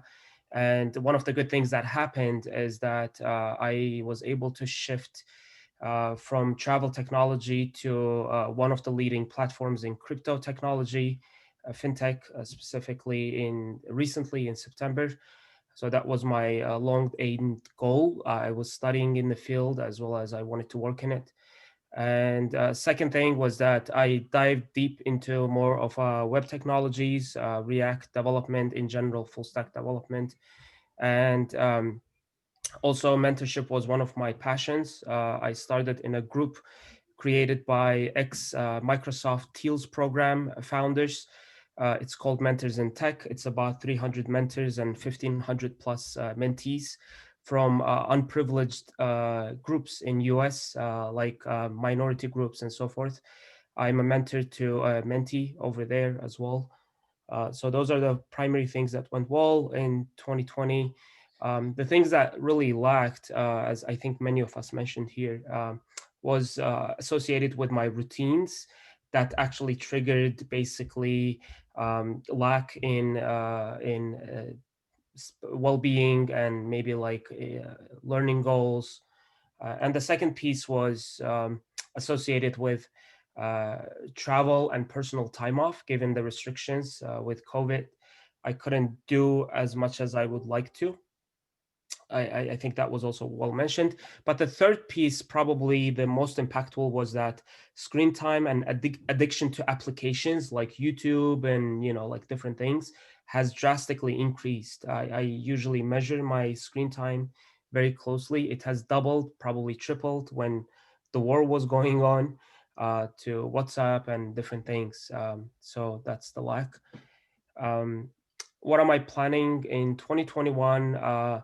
I'd like to think around a crypto product that I'm thinking about and test the few ideas, or maybe potentially productize myself. And I'd like to also, from traveling aspect, explore Southeast Asia, precisely Malaysia or Singapore, and a potential move to those areas to experience Asian culture. And yeah, I'd like to double down on my mentorship skills and find good mentors to myself as well, that are leading in industry. And the risks associated with the plans of 2021 is that I think it's hard to collaborate and attend conferences. Human interaction is 93% face-to-face, meaning whatever we say, if you don't have facial emotions and things like that, studies show that 93% of it gets lost. That's why emails are so ineffective most of the time. So that's what's lacking. I am having a hard time to collaborate only digitally. And COVID obviously can still disrupt any of the travel plans, because we still don't know, even though there's light at the end of the tunnel. And yeah, and focus on wellness needs to be improved so that we can reach our goals. And for that, that kind of leads to our screen time addiction. I'm not sure if anybody else is going through this, but screen time and addiction to applications, I think, has been the biggest negative side impact on the folks that I talk to from work or friends. so far. So that's the thing that I think will be hard to get rid of. Yeah, so I would recommend everyone to pay attention to that if you're also struggling with those things. Cool. Thank you, Emin. That's it. Thank you all. All right, moving on. Next speaker. Babak Mehmetov. Hello, everyone. I'm honored to speak in my native language. Thanks in advance for listening. Okay, mən Babək, Kapital Bank şirkətində belə deyək, DevOps injiniyor olaraq çalışıram. Seçdiyim mövzu serverless applicationlardır. Çalışacağım ki, bunun haqqında qısa olaraq sizə bunun nə olduğunu və nə üçün faydalı olduğunu çatdıra bileyim. Serverless applicationlar belə deyək, sizin layihənizdə sizə kömək olur ki, hansı ki, kiçik kodlarınızı yazmaq kömək eləyir və siz bunu eləyərkən hansı ki, narahat olmursuz ki, sizin belə deyək, infrastruktur timiniz olsun, sizin security injineriniz olsun, network injineriniz olsun, siz bunun haqqında heç fikirləşmirsiniz. Çox adamlar birinci dəfə serverless application eşidəndə düşünürlər ki, yəni bu necə olur ki, yəni applicationlar serverlessdir. Əslində belə bir şey yoxdur. Hər bir applicationların arxasında bir platforma dayanır, bir sistem dayanır. Sadəcə cloud providerlər, yəni əsasən çalışırlar ki, bu həmin produktu yaradan İsrailli şirkətlərin problemlərini öz üzərinə götürə bilsinlər. Bunlara nümunə götürəcək. Tutaq ki, sizin layihəniz var, siz notification göndərmək istəyirsiniz və yaxud da ETL processing eləmək istəyirsiniz və yaxud da hər hansı bir proyektinizin small features'in istifadə eləmək istəyirsiniz. Bunun əsas üstünlük tərəfləri nədir? Time to market, yəni hal-hazırda dövrdə bütün demək olar startuplar, integrator şirkətləri, hətta banklar olsun belə çalışırlar ki, rəqabətdə olduğu şirkətlərə daha tez yəni produktlarını çatdıra bilsinlər. Bunun əsas üstünlüklərindən biri də ki, siz əgər on-premise-də və yaxud da cloud-da hansısa bir başqa infrastruktur komponentlərindən istifadə edirsinizsə, sizin yəni requestləriniz çox gələndə ümumiyyətlə gəlməyəndə belə sizin yəni hansısa bir minimal instansdan sizin buna yəni pul veriləsi olursunuz. Amma burada necədir məsələlər? Siz ancaq request başına pul ödəyirsiniz və sizin belə deyək, ümumiyyətlə həmin o infrastruktur injinerlər haqqında heç düşünməyə ehtiyac qalmır.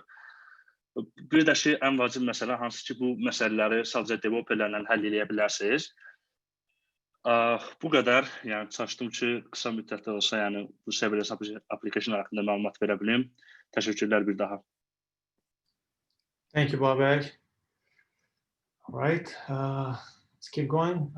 So Fuad, are you with us?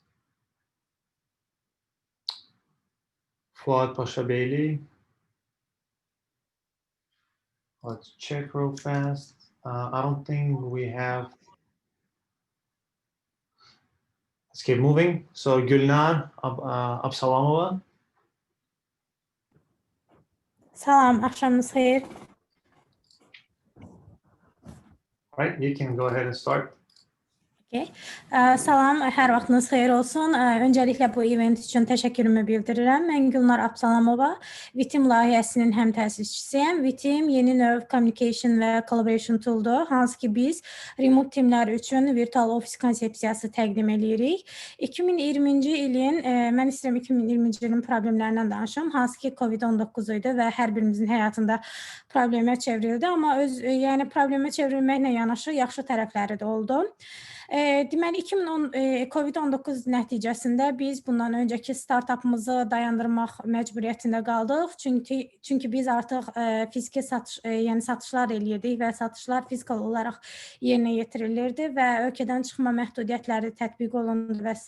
və ilaxır və biz qərara gəldik ki, bundan öncəki startupımızı dayandıraq və bu problem bizə yəni gözlənilmədən yeni bir böyük bir marketi kəşf eləməyə şərait yaratdı və biz audio və video kommunikasiyalar haqqında araşdırmalar etdik və onların bizim həyatımızda nə dərəcədə mühüm bir rola sahib olduğunu gördük və VITIM-i yaratmaq qərarına gəldik. Təbii ki, VITIM-lə də müəyyən problemlərimiz oldu, çünki bəzi vaxtlar remote timləri tapmaq çətin olurdu, onlardan feedback əldə eləmək üçün.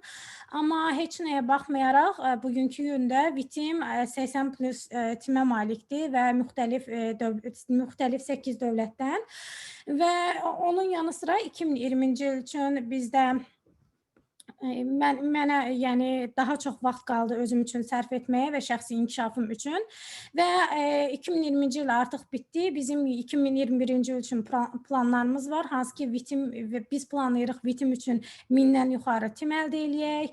Biznesimizi Amerikada inkişaf eləyək, çünki böyük bir market opportunity var orada. Product market fiti tapmaq və funding əldə eləmək. Bu planlar üçün bəzi risklər var. Hansı ki düzgün vaxtda paid customerlar tapmaq və bütün runway-i bu planlar üçün sərf etmək. Amma anyway, yəni bu risklər bizi planlarımızdan uzaqlaşdıra bilməz və çalışırıq ki, ən qısa müddətdə planlarımıza çataq və bu yeni ildə hər birinizə arzu edirəm ki, qarşınıza qoyduğunuz bütün planlara çatmış olasınız. Bu qədər. Thank you, Gülnar. All right. Absettin Adamov.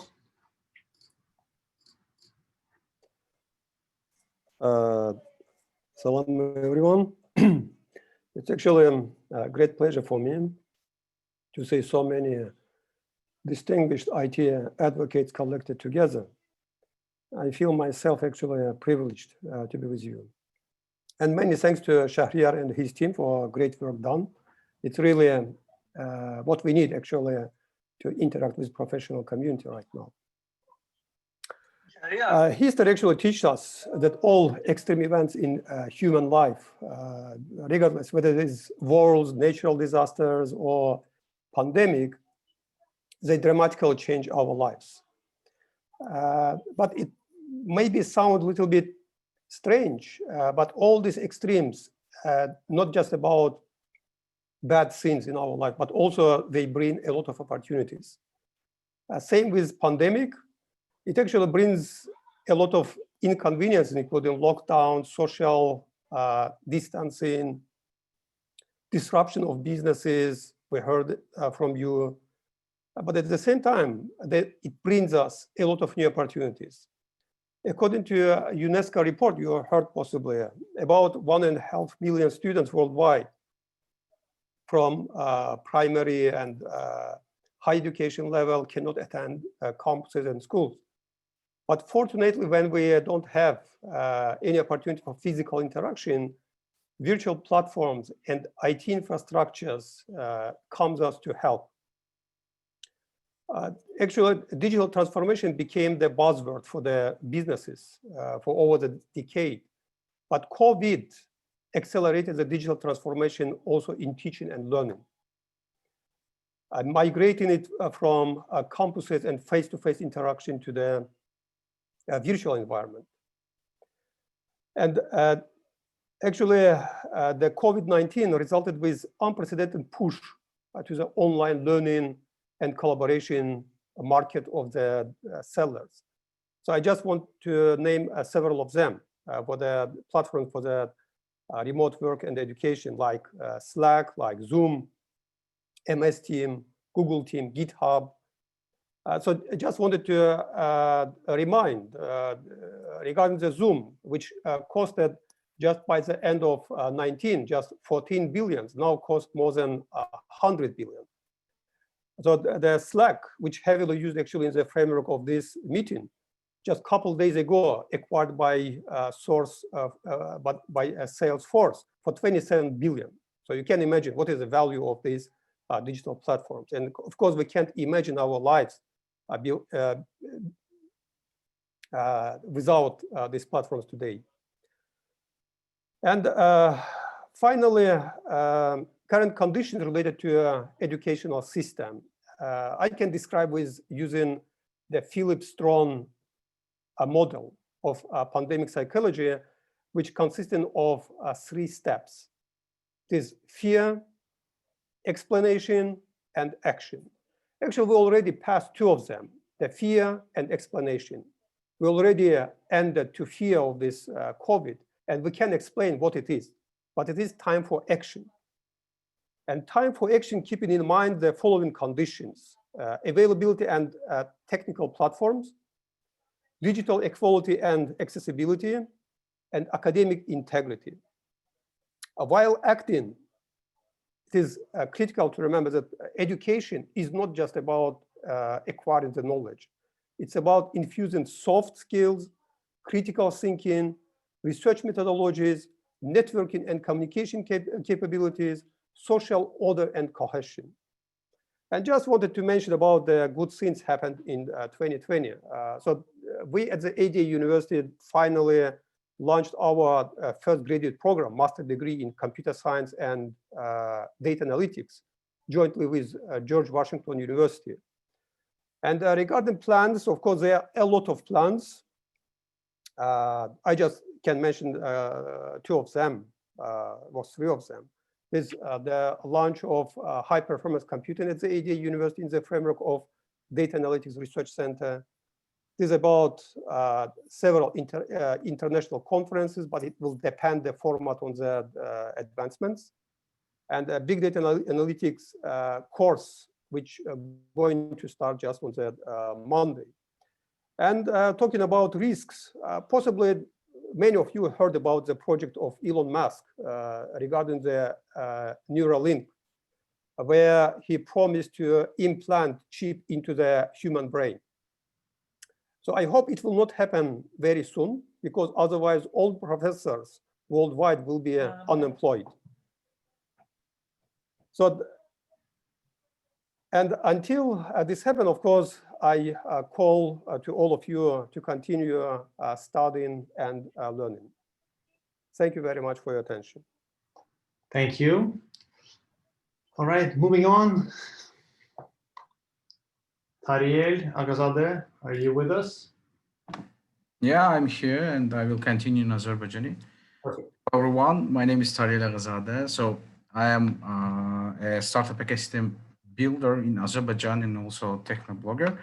So we're trying to build ecosystem in Azerbaijan, and we're really well connected with Silicon Valley and other technological parts of the world. So today I want to talk more about the ecosystem in Azerbaijan and good, lacks and planned and risks in 2020 and 2021. Başlayaq birinci yaxşı hissələrdən. 2020-ci ildə yaxşı tərəflərdən biri oldu ki, COVID-19 həqiqətən də Azərbaycanda rəqəmsallaşmanı və ümumiyyətlə texnologiya ekosisteminin inkişafında bir boost verdi və bu hər sahədə hiss olunur. Ümumilikdə IT sferaya və startup mövzusuna maraq artıb və bu marağı biz adi bizim partnerlərin, tutaq ki, hər hansı bir online proqramlaşdırma kursu olsun və s. onlara gələn daha çox müraciətdən, daha çox tələbələrdən də görə bilirik və ümumilikdə bu sahəyə olan maraqdan.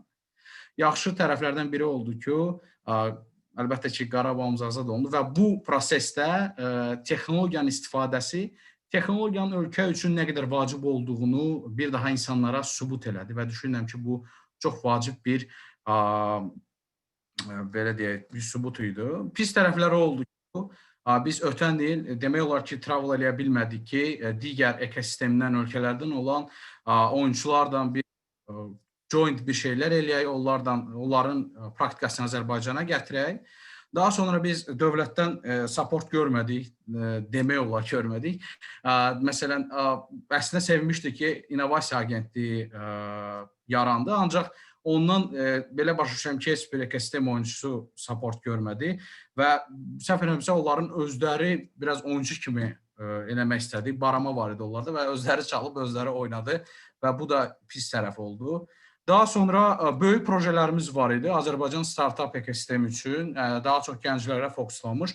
Gəncə regionu üçün, ümumiyyətcə daha çox az inkişaf eləmiş regionlarımız üçün və bu projələrin çoxusu fail elədi. Fail elədi çünki büdcə kəsatlandı həm böyük korporativ şirkətlərdə, həmçinin də dövlət qurumlarında da.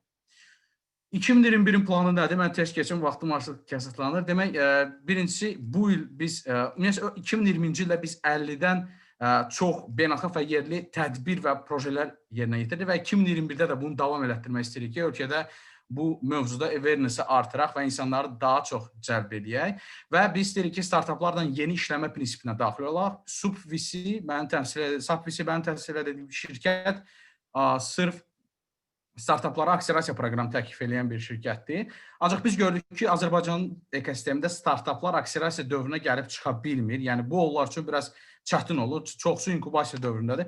Ona görə biz onlardan yeni stildə, startup studio stilində işləməyə başlayırıq. Artıq belə deyim, test bir proqramımız da var və bu proqramı biz davam edəcəyik. Risklərdən danışım. Böyük riskli ki, pandemiya davam edəcək və bütün 2020-ci ildə olan boşluqlar yenə təkrarlanacaq, əlbəttə ki. Fikirləşmirəm ki, dövlət tərəfindən yenə dəstək olsun. Bilirsiniz ki, normalda digər ölkələrdə ekosistem dövlət tərəfindən qurulur və özəl sektor sadəcə olaraq belə deyim, support eləyir və belə deyim, kurator olur. Ancaq fikirləşmirəm 2021-ci ildə belə olsun, çünki hal-hazırda maraq daha çox construction-adır. Məsələn, tutaq ki, Qarabağda construction, digər sosial problemlərimiz çoxdur. Və üçüncü risk odur ki, bu IT mövzusunun ölkədə belə deyim, maraqlı, məşhurlaşır, hamıya maraqlı olur və mən belə bir risk görürəm ki, böyük şirkətlər Azərbaycanda startapların işləmək yerinə startaplara rəqib olacaqlar və bazarı monopoliya çevirəcəklər. Bu da ki, tipik Azərbaycan tipli ölkələr üçün düşünürəm ki, eyni olur digər ölkələrdə də. Belə, təşəkkür edirəm. Thank you, Tariq. Moving on, next speaker, Busahe Batov. Are you with us? Hi, everybody. Hi, everybody. Good evening, good afternoon to all. First of all, thank you for joining, for invitation here. It's really good to feel yourself here. And my name is Usal, as you already see here.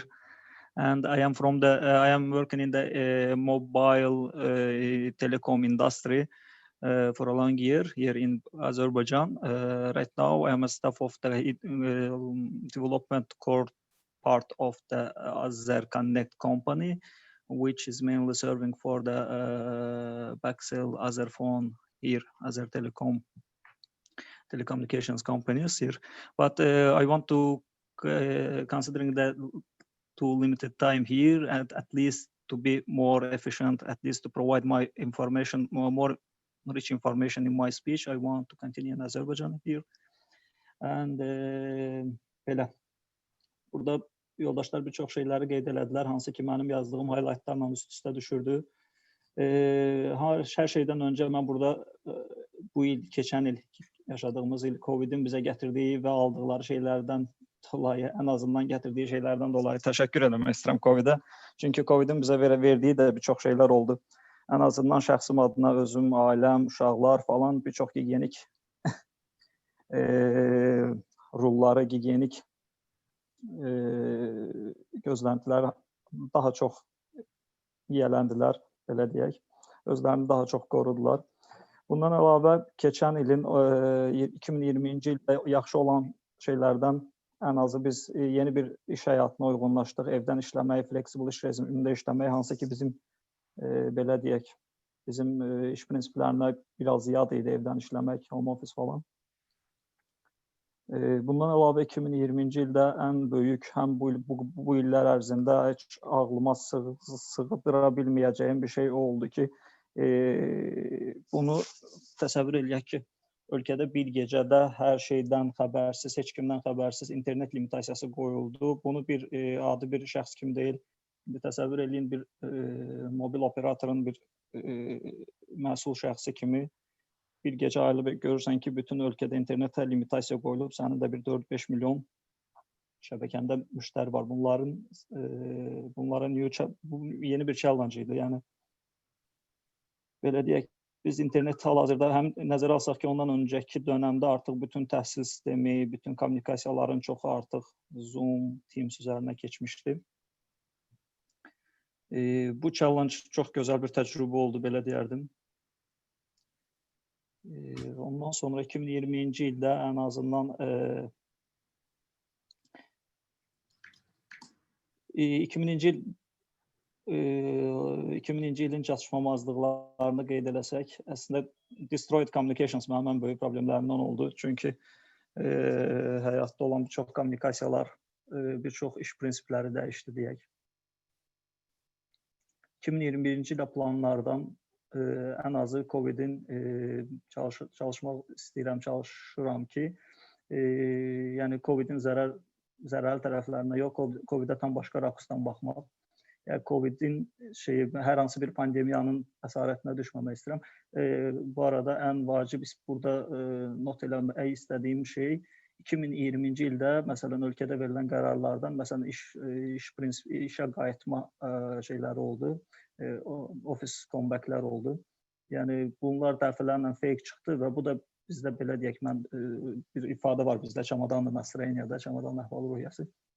Bu xüsusilə iş həyatına ciddi təsir eləyir. Bu da bir 2020-ci ildə bir lack oldu deyək. Yəni dəfələrlə işə gəlmə və bu normalda hər hansı bir timin bir arayı ortaya yığmaqda çətinlik yaratdı. Çünki hər ayda verilən vədlərdə işə qayıtma olmadı, prolong olundu bu kimi şeylər. Belə, çox vaxt almayacağım. Təşəkkür edirəm hamıya. Çox sağ olun. Thank you, Vishal. All right, moving on. Next speaker is Vagif Abbasov. Are you with us? Axşamınız xeyir hamıdan. Mən çıxışımı Azərbaycan dilində davam edəcəm və Goup haqqında əsasən danışacağım və bizim çatışmayan və uğurlu tərəflərimizi. İlk olaraq 4 ildir fəaliyyət göstəririk və bilməyənlər üçün Goup influencer marketing platformasıdır. Bir influencerlarla şirkətləri bir araya gətirən marketplace-dir və bu son 3 ildir ki, biz öz ölkəmizdə və qonşu ölkələrdə servis xidməti göstərirdik. Amma 2020-ci ildən etibarən biz artıq texnologiya satmağa başladıq. Platformamız SaaS-enabled marketplace-ə çevirdik və bu da bizim qlobal olaraq satışlarımızı 10 dəfə artırdı. Hal-hazırda platformamızda 370 mindən çox influencer və 3 mindən çox marka birləşir. 2020-ci ildə biz 32 ölkədə kampaniya layihə həyata keçirmişik. Təbii ki, COVID-in olmağı bizim şirkət olaraq müsbət təsir göstərdi. Çünki marketinqdə bilirsiniz ki, BTL, outdoor marketing sahələri artıq fəaliyyət göstərməyə başlamadılar və biz xüsusən də ərəb əmirliklərində sərgilərə, eventlərə xərclənən büdcələri influencer marketinqə, rəqəmsal marketinq xərcləndiyini gördük və biz də oradan öz payımızı götürdük. 2020-ci ildə bizim əsas problemimizi Facebook'la yaşadıq. Biz 2020 may ayında 2020-nin biz trademarkımızı aldıq Goup olaraq. Elə səhərsiz gün bizdə Facebook'da məktub gəldi ki, sizin adınızda Face sözü var və o bizim Facebook'la üst-üstə düşür. Onlar bizdən tələb elədilər ki, logomuzu dəyişək, saytda adımızı dəyişək və xidmət sahəmizi dəyişək. Təbii ki, biz bunu qəbul eləmədik, amma xüsusən də bizim özümüzün səhvlərindən qaynaqlanaraq biz bu prosesi uduzduq. Bizim trademarkımızı dondurdular. İndi hal-hazırda onu geri qaytarmaqla məşğuluq. Goup olaraq biz 2021-ci ildə yeni bir pivot belə deyək, prosesə başlayırıq. Biz artıq hər influencerımız üçün mağaza hazırlayırıq. E-commerce mağaza olacaq və affiliate sistemdən bütün vendorlarımıza influencerlar mağazasından keçidlər verəcəyik. Yəni artıq yeni bir təcrübə olacaq bizim üçün. Biz influencerları entrepreneurlərə çevirməyi planlaşdırırıq. Əgər bu alınsa, pivot eləmiş olacağıq. Yeni funding raunda hazırlaşırıq Series A-yə və yeni marketlərə çıxış əldə eləmək istəyirik. Xüsusən də Amerika Birləşmiş Ştatlarına və Far East bölgəsinə, İndoneziya və Malayziyaya. Ən böyük risk 2001-ci ildə bilirik ki, Facebook və digər platformalar data permissionları azaldır və bu da bizim influencerların datalarını toplamaqda çətinlik yaradır. Çox sağ olun. All right. Thank you, Vagif, very much. Good luck with your project. And at this time, I think we're going to take a break for about 5 minutes. So you can stay here, network and chat. We're going to go on mute, just take a quick break, and we'll be back in 5 minutes.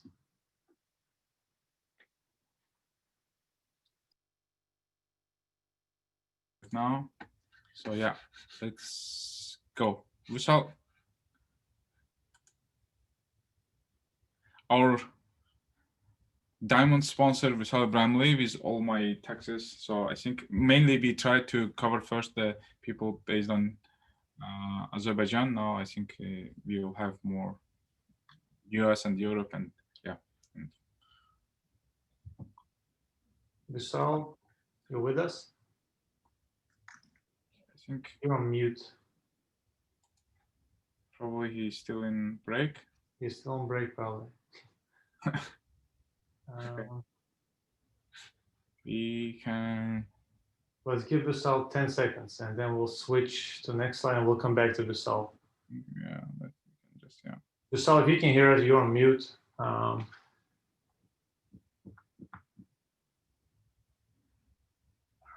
Okay, I think we should. Yeah, let's switch to Anar. Yep, Anar Mehmedov, you with us? Yes, I think he's here. Everybody's still on break, probably. I think yeah, we can wait a bit for people. Yeah, let's wait for Vishal, I think.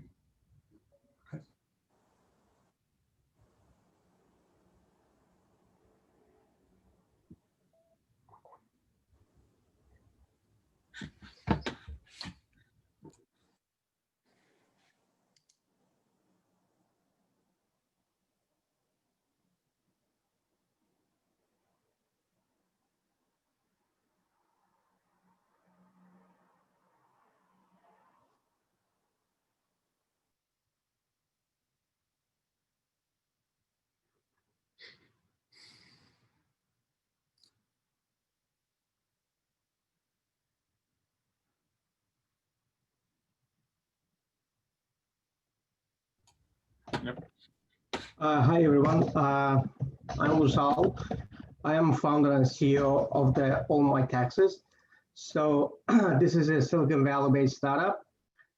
I have enough experience in a couple of CPA firms. I managed a couple of CPA firms and worked in Azerbaijan. And I moved to Silicon Valley a couple of years ago, and we launched a startup. We co-founded a startup called Semtex Technologies.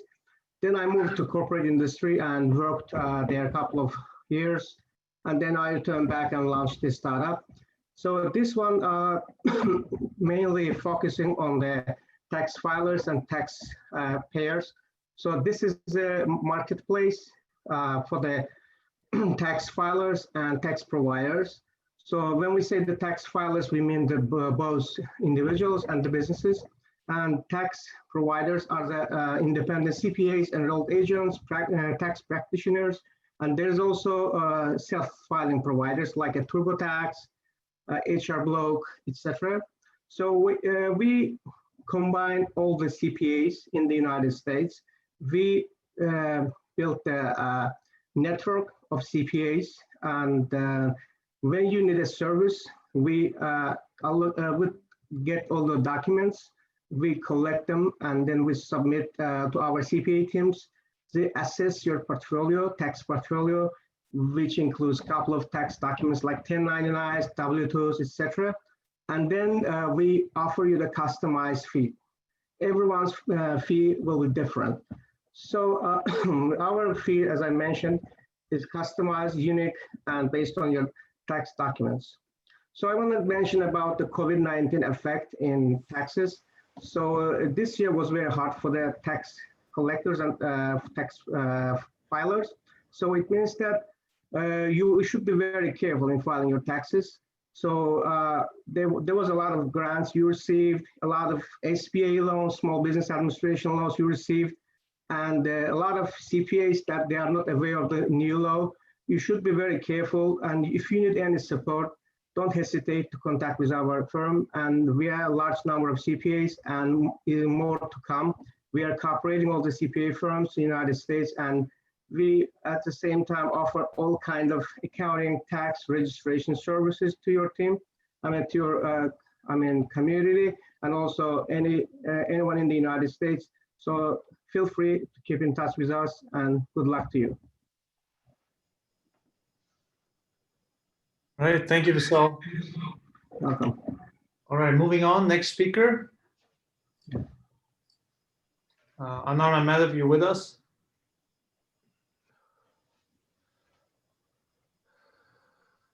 Yeah, I think we can move, and then I will ping. I think he may be.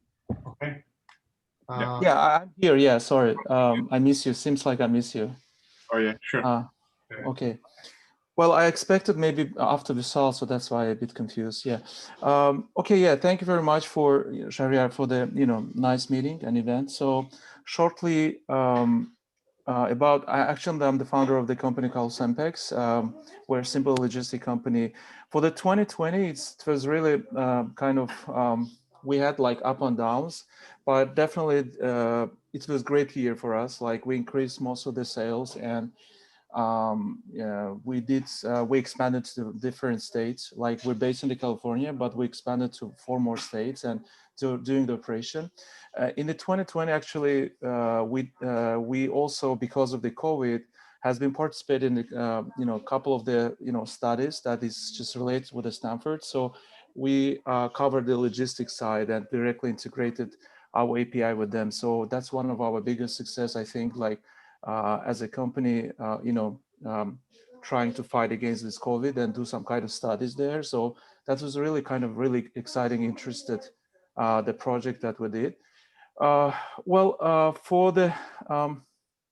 the luck that the problems we had, so because of the COVID, if you are just small business, so definitely you're struggling with the finance. Besides you have to pay your employees, you have to pivot the direction, think in which way you have to go. So there's some problems we had as well, like in 2020, like especially on the March, we get a bit down because of where we're working with the corporate. But in the long term, as a 2021, so we completely planning to expand to the new states, do goals in our businesses, like in more deeper to the industry we have. So in general, that's it. About the risks that we have is simply, we don't know. To be honest, I don't know what kind of will be happen, but we're trying to understand the market itself and act accordingly to this market.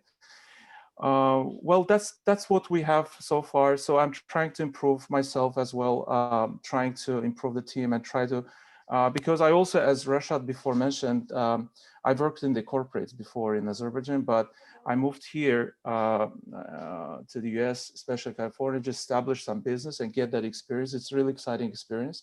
It's completely new. It's competitive experience. I got it. Well, that's our main purpose of, so that's what we did for 2020. And so let's see what we can have in the long-term perspective at the risks. Seems like I had 30 minutes, so yeah, I done. So I'm finished. All right, thank you, Anar. Appreciate it. Let's move on. Vurgun Hacıyev. Salamlayıram hər kəsi. Tonis, çox sağ ol. Mən ilk öncə Goup ailəsini təşəkkür edirəm ki, belə bir platformanı professionallara açdı və həqiqətən də bir 10 il bundan öncəki biz vəziyyətimizə baxsaq, görərik ki, Azərbaycanda biz yerli mütəxəssislərin də yavaş-yavaş həqiqətən də globala bir inkişafı görünür. Ona görə də hər birinizə təşəkkür edirəm. Toni sənə, Rasimə, Şəhriyar başda sənə. Çox sağ olun.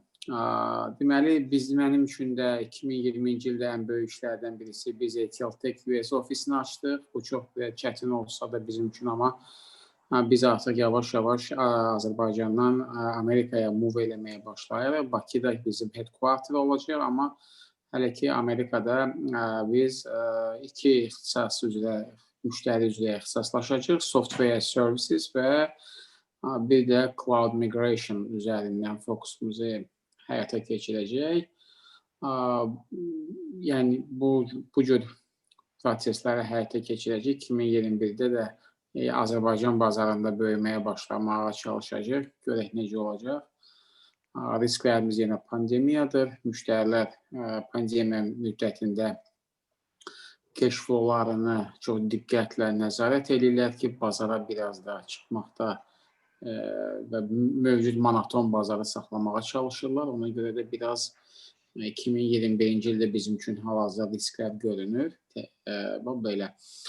Ümumiyyətlə, bütün həmkarlarım dediyi kimi COVID-in müsbət tərəfi self-study-ni inkişaf elətdirdi.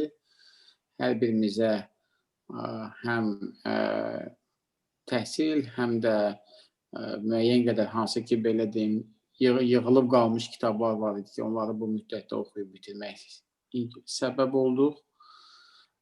Belə, mən hər kəsə uğurlar diləyirəm və çox sevinirəm ki, mən belə bir platformanın işçisi, həmkarı oldum. Təşəkkür edirəm, Tony. Thank you. Teşekkürler Orhun Bey. Yeah, I think I will I will add a couple of things. So I really, once again, I want to really appreciate all the startup founders because you guys are the job creators. Otherwise, no point for our engineering skills. So you are kind of helping us, whatever as engineer we develop and sell it in international or the local market. So that's really big thanks for you on that effort. It's really has a big impact, especially nowadays with all these jobs closing and so on, all this going around. And yeah, just wanted to mention that. Thank you so much, guys. Appreciate it. Right. Elçin, haber? Hi guys, can you hear and see me? Yep. Well, all right, so my name is Elçin. Let me start my timer to make sure I'm in the time. So my name is Elçin. I'm co-founder of Yol Academy. I want to say thank you to Sako and Tony for putting together this wonderful event, and then for people, whoever I don't know and I don't bring their names up, I'm sorry. I know you guys, especially Sako, you guys are glues of the tech community of Azerbaijani people, and then I want to thank you for that. So a little bit about myself. I am co-founder of Yol Academy IT Bootcamp, which is located in Virginia, Fairfax, Virginia, in the Washington, D.C. area. So I wanted to give you some,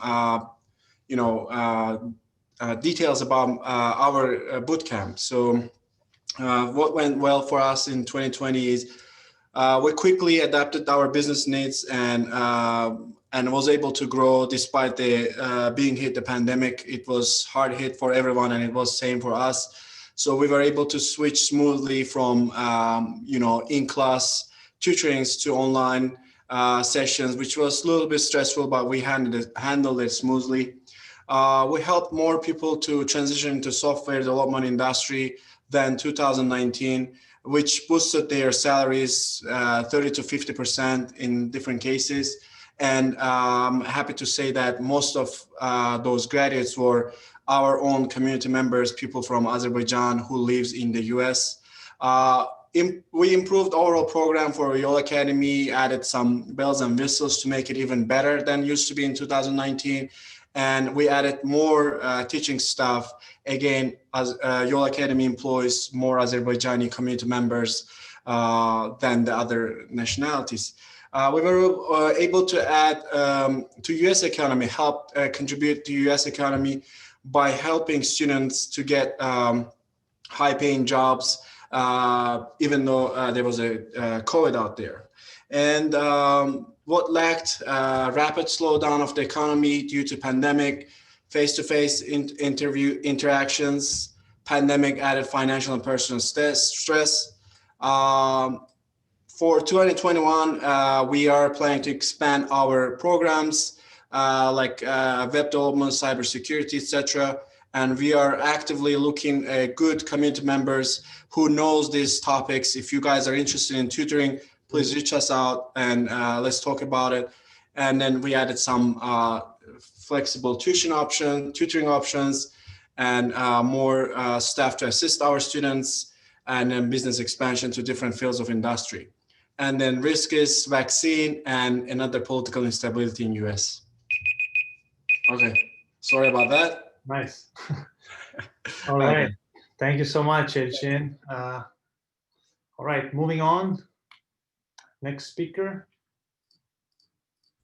I just saw that Aras need to leave. Aras, if you're still with us, I don't know if we can put, I guess you have some urgency to leave, so we can just move you. Sure, yeah, I'm still here. Yeah, sure, yeah, we can put you, it's fine, and then you can leave if that works. Yeah. 1 second. I hope, yeah, the other guys won't mind, so I guess. Okay, yeah, let's take, please go ahead. Thank you very much. My name is Araz, and I'm a senior product manager at Walmart e-commerce. Been working in the last 3 years in the product management area. For the rest of my speech, I just wanted to switch to Azerbaycani. Her gün elveriş imkan olmur ki Azerbaycan dilinde danışmaq üçün. 2020 bütün mənfi olan baş verənlərə baxmayaraq mənim üçün müsbət cəhətləri çox oldu.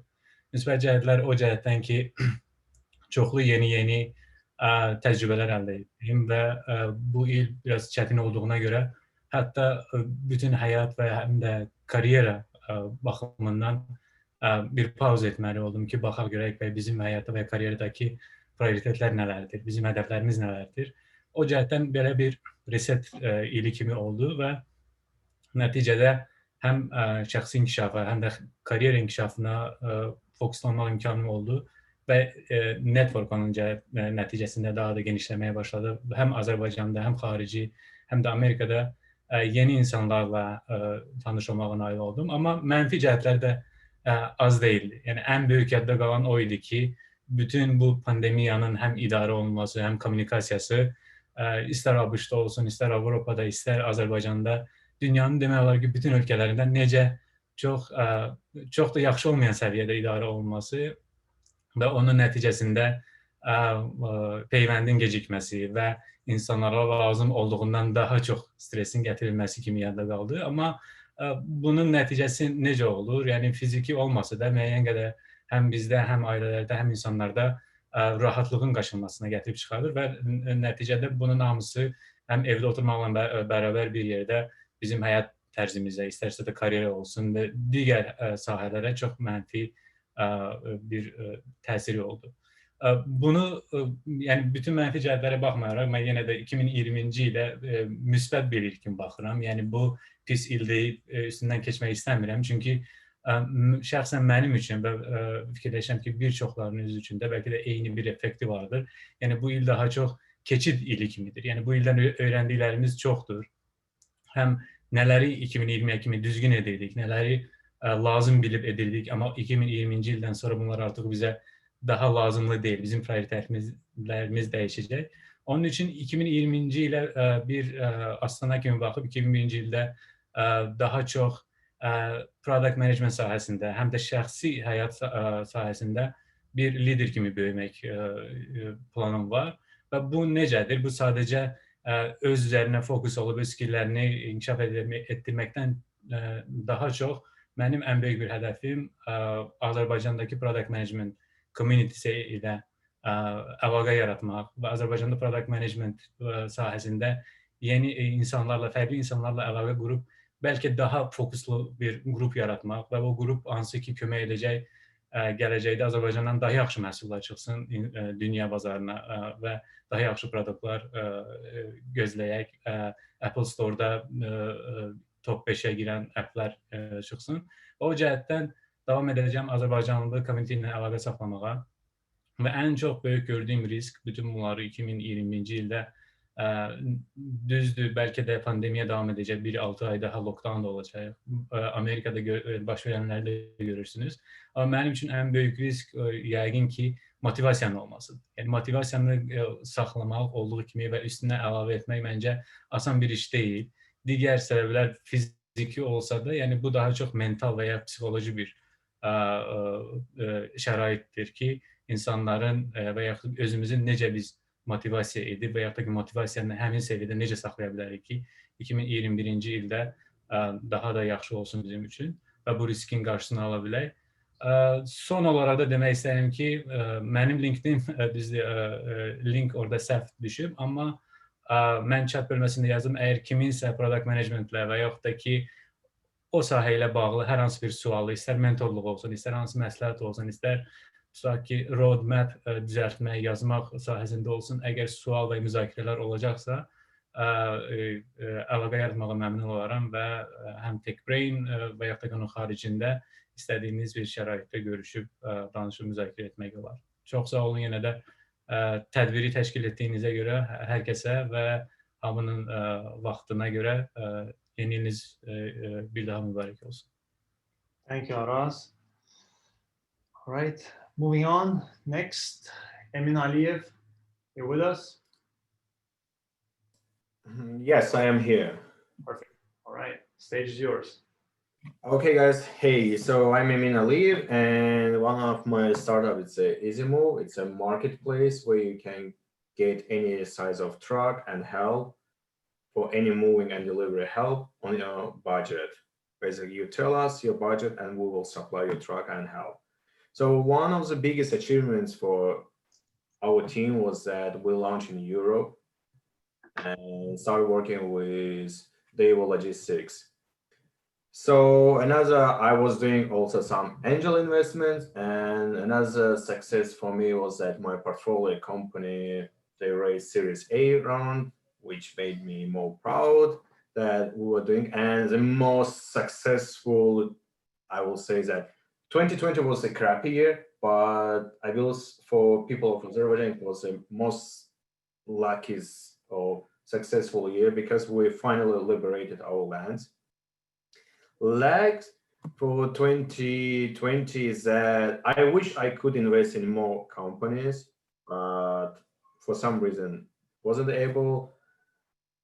Also, in 2020, we were working on second our product, which we couldn't launch, but finally launched on 2020, 2021. And I will say that I personally planning to visit Latin America, just to see what's the market about and see country, learn Spanish, became that. And the most also exciting moment is that we launched our second startup.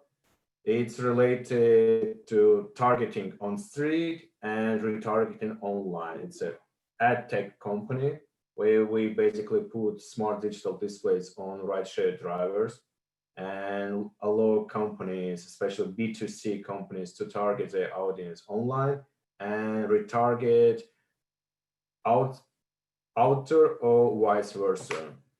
And speaking of risks, entrepreneurship and life is all about risks, but we need to envision those risks and optimize them. And happy to be part of this beautiful community. Thank you, Emin. All right. Tural Badrhanlı, you with us? Yes. Hi. Right. Hi, guys. Thank you, Tovrul. Thank you, Shahriar, and others for organizing this. I am CEO of Solid Shape. We are based in California in the Bay Area. We are a marketplace for contractors, designers, interior designers, architects, builders to discover and buy building materials. 2020 was obviously, as everyone mentioned, crazy things happened in 2020. Everyone couldn't wait for it to kind of go away as if things are going to change overnight. But it changed a lot of things for the better, in a positive way. I think number one, as far as technology companies and just high tech in general, it changed how everyone thinks about teams and how everyone thinks about building teams. And I think startups think about teams as a distributed team by default. It's a norm. And other companies, the bigger companies, are thinking about building teams, hiring teams in remote areas as well. This is and I think this is an opportunity for people in our geographies, like in Azerbaijan, in other geographies, to integrate ourselves into these areas, into the companies which are in the US. And I think this is serious, like an area I think for development here is that the talent is I think is would be good, what people are looking for. So this could be an opportunity for sort of companies maybe in Azerbaijan, other areas, sort of trying to like raise talent and teach talent. And on the positive, on the shortcomings, I think shortcomings is there's a lot of challenges, economical challenges, and also on the personal challenges, and probably personal challenges were the most prominent ones. I think this is maybe a time for us to sort of rethink or transform our relationships. And I think for 2021, I think the issues are not going to go away. A lot of things that happen in 2020 are sort of here to stay.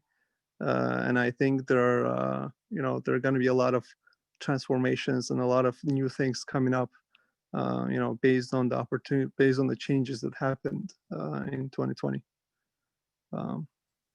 Thank you, and good to be here. Thanks. Thank you. You too.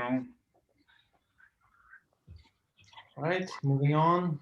Orhan Jafarov, are you with us? Yep. Yeah. Hi guys. I'll switch to Azerbaijani. Herkese salam.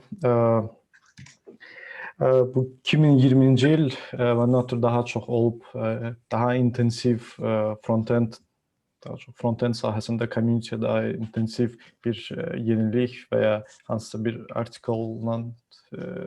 artikel yazmaqla başlanıb və bir çox şeylər, yəni bu 2020-də olan çox insanlara üstə düşdüyü üçün mən onları bir təkrarlamaq istəmirəm.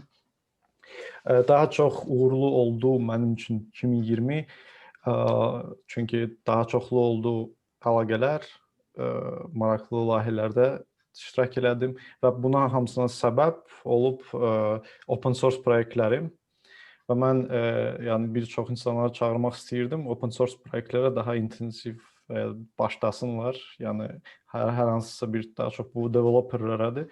Öz open source proyektləri yaratmaq və ya contributor olmaq hansısa bir open source proyektdə. Çünki bu sizə gətirir çoxlu iş adamları ilə əlaqələr, həm skills'ınızı inkişaf elətdirirsiniz və bütün bu iştirak elədiyim layihələr, maraqlı işlər, bunlar hamısı bu open source proyektlərlə bağlı idi. Ona görə də bizdə çox insanlar üçün bu sahə belə deyək, gəlir mənbəyi kimi, yəni yalnız gəlir mənbəyi kimi baxırlar o sahəyə. O yüzden open source çox da maraqlandırmır həmin insanları, amma open source'un çox xeyri var. Həm şəxsi, həm o skillslər üçün, həm əlaqələr üçün və 2021-də inanıram ki, yəni Azərbaycanda da çoxlu open source proyektlər yaranar, hansısa bir bu community'yə bir yenilik gətirən bir hansısa olar. Lap ən xırda library-də belə olsun, o sizə uğur gətirə bilər. Sizə oradan iş təklif edə bilərlər, o library-ni istifadə edənlər. Və yəni bu həm mənim planlarımdır, həm mənim təklifimdir bir çox insanlara bu open source proyektlərlə məşğul olsunlar və inanıram ki, bu uğurlu olar hər kəsə. And by the way, ve Goup.com website'in contributor main belə deyək də şeyi də, yəni ki Orxan Cəfərovdur. Təşəkkürlər Orxan. Thank you for that. Orxan is the main contributor for our project and community leader at Goup. And thank you for being part of us. Thank you. Yeah, thank you. Thank you, Orhan. Moving on. We're gonna do a bit, I think because of update, we a bit crashed. So I think we will start from here because we put Orkan here. And we're gonna go with Ruslan. Are you with us? Yes, I am, Sarah. Can you hear me okay? Yeah, that's all good. Please go ahead. Floor is yours. Greetings to you and to the team and to all the participants. First of all, I'd like to thank you for this fantastic initiative and for the invitation to be part of this event. Since the majority of the participants are Azeri speakers, I will continue in Azeri. And what I will talk about is I'm the co-founder and the CEO of Invalert. I will be talking about our company later on, but initially we'll give you a quick overview of the crypto market and the solution that Invalert offered to the market and how we built the team, the challenges, opportunities last year and coming next year. So, can you see me also? Yep. Okay, perfect. Təqdimatıma ilk olaraq kripto valyuta bazarındakı duruma nəzər salmaqla başlamaq istərdim.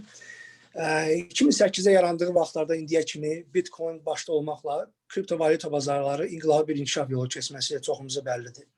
Yəni, bu sarıdan 2000-ci il xüsusilə yadda qalan oldu.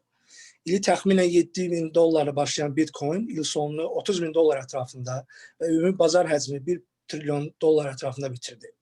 Buna təsir edən bəzi amillər oldu, səbəb oldu. Yəni, həm Amerikadakı, həm də xaricdəki MicroStrategy and Square kimi şirkətlər və digər maliyyə təşkilatlarının Bitcoin öz xəzinələrindəki aktivlər siyahısına əlavə etməyə başladılar. Və bu trend hələ davam etməkdədir. Çünki dünya üzrə mərkəzi banklar iqtisadiyyata stimul məqsədi ilə likvidliyi artırmaq üçün kütləvi pul çapını artırdı. Bu da süni şəkildə inflyasiyanın normadan artıq səviyyədə artmasına və nəticə itibarilə pulun dəyər ambarı kimi, yəni store of value kimi səviyyəsini aşağı endirməyə başladı. Qızıl dolların dəyər ambarını qorumaq funksiyası müəyyən həddə qədər qoruyub saxlasa da, görün indi qızılın dəyəri necə enir. Bu hal təbii olaraq insanlarda narahatçılıq yaradır və cazibə Bitcoin kimi alternativ aktivlərə yönəlir.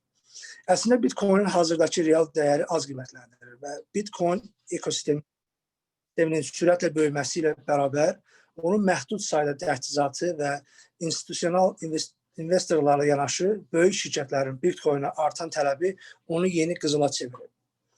Çünki hesabında Bitcoin olanlar, yəni hodlerlər satmaq istəmirlər və beləliklə tələb və təchizat arasında kəskin disbalans yaranır. O da kriptovalyutanın qiymətlərinin sıçrayışına və boğa yönlü, yəni bull bazarının dəyişikliyinə gətirib çıxardır. Üstəlik, Bitcoin maliyyə məkarında belə geniş fürsət alması yeni DeFi, yəni Decentralized Finance prinsiplərini tədricən gerçəkləşdirir və dəyər artımında da müsbət təsir göstərir. Hər dəfə Bitcoinin boğa bazarı kütləvi maraq yaradaraq çoxlu sayda traderlərin birjalara daxil olub kriptovalyuta mübadiləsi ilə məşğul olması müşahidə olunur. Təcrübəli traderlər uyğun indikatorlardan, fundamentallardan və texniki analizlərdən istifadə edərək eyni zamanda bazara təsir edən xəbərləri və böyük oyuncuların addımlarını düzgün dəyərləndirərək birjalarda uğurla mübadilə edib çoxlu miqdarda pul qazanırlar. Amma yeni və az təcrübəli traderlər, yəni goldfishlər, böyük balıqlar tərəfindən yeyilir və hətta böyük balıqların özləri, yəni big fishlər, balinalar tərəfindən məhv edilirlər. Yəni, balinalar normalda walletında, yəni rəqəmsal cizdanında 1000-dən çox Bitcoin olanlar hesab olunur. Çünki onlar şikarlarından fərqli olaraq, onlara emosiyalarla yox, güclü təcrübə və zamanında etdikləri yararlı və yüksək keyfiyyətli məlumatlarla qərarlı şəkildə hərəkət edirlər.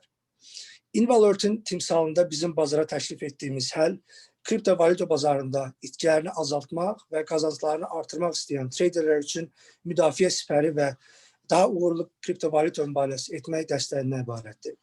Əsasən buna qızıl balıq və böyük balıqlar daxildir, hansı ki, traderlərin əksəriyyətini təşkil edirlər. Bu səbəblər göz önünə alaraq bizim çox təcrübəli və Bitcoin erkən mənimsəyən komanda üzvləri bir araya gəlib güclü və yüksək dəqiqliklə çalışan bir alqoritm yazdılar. Invalort'un süni zəka üzərində qurulmuş sistemi istifadəçilərinə trading siqnallar göndərir və bot xidməti təklif edir. Sistemin inkişafı 2 ilə yaxın zaman tutsa da, biz Invalort'u Silikon vadisində 2000 ayında təsis etdik. Həm bazarın yüksəlişi, kripto bazarında blockchain ekosistemində yüksək sürətlə mənimsənilməsi bizim məhsulumuza olan inamı doğrultmaqla yanaşı, tez bir zamanda, yəni ilin bitməsindən əvvəl bot xidmətimizin Binance birjasına qoşulma reallığını gerçəkləşdirdi. O ki, qaldı sınaqlara. 2000-də şirkətimizi yaratdığımız dövrdə əsas sınaqlarımız Invalort'un hüquqi bazasının və əməliyyat strukturunun düzgün leqal çərçivədə yəni hüquqi məhdudiyyətlərlə qurulması və ona çəkilən xərclər oldu.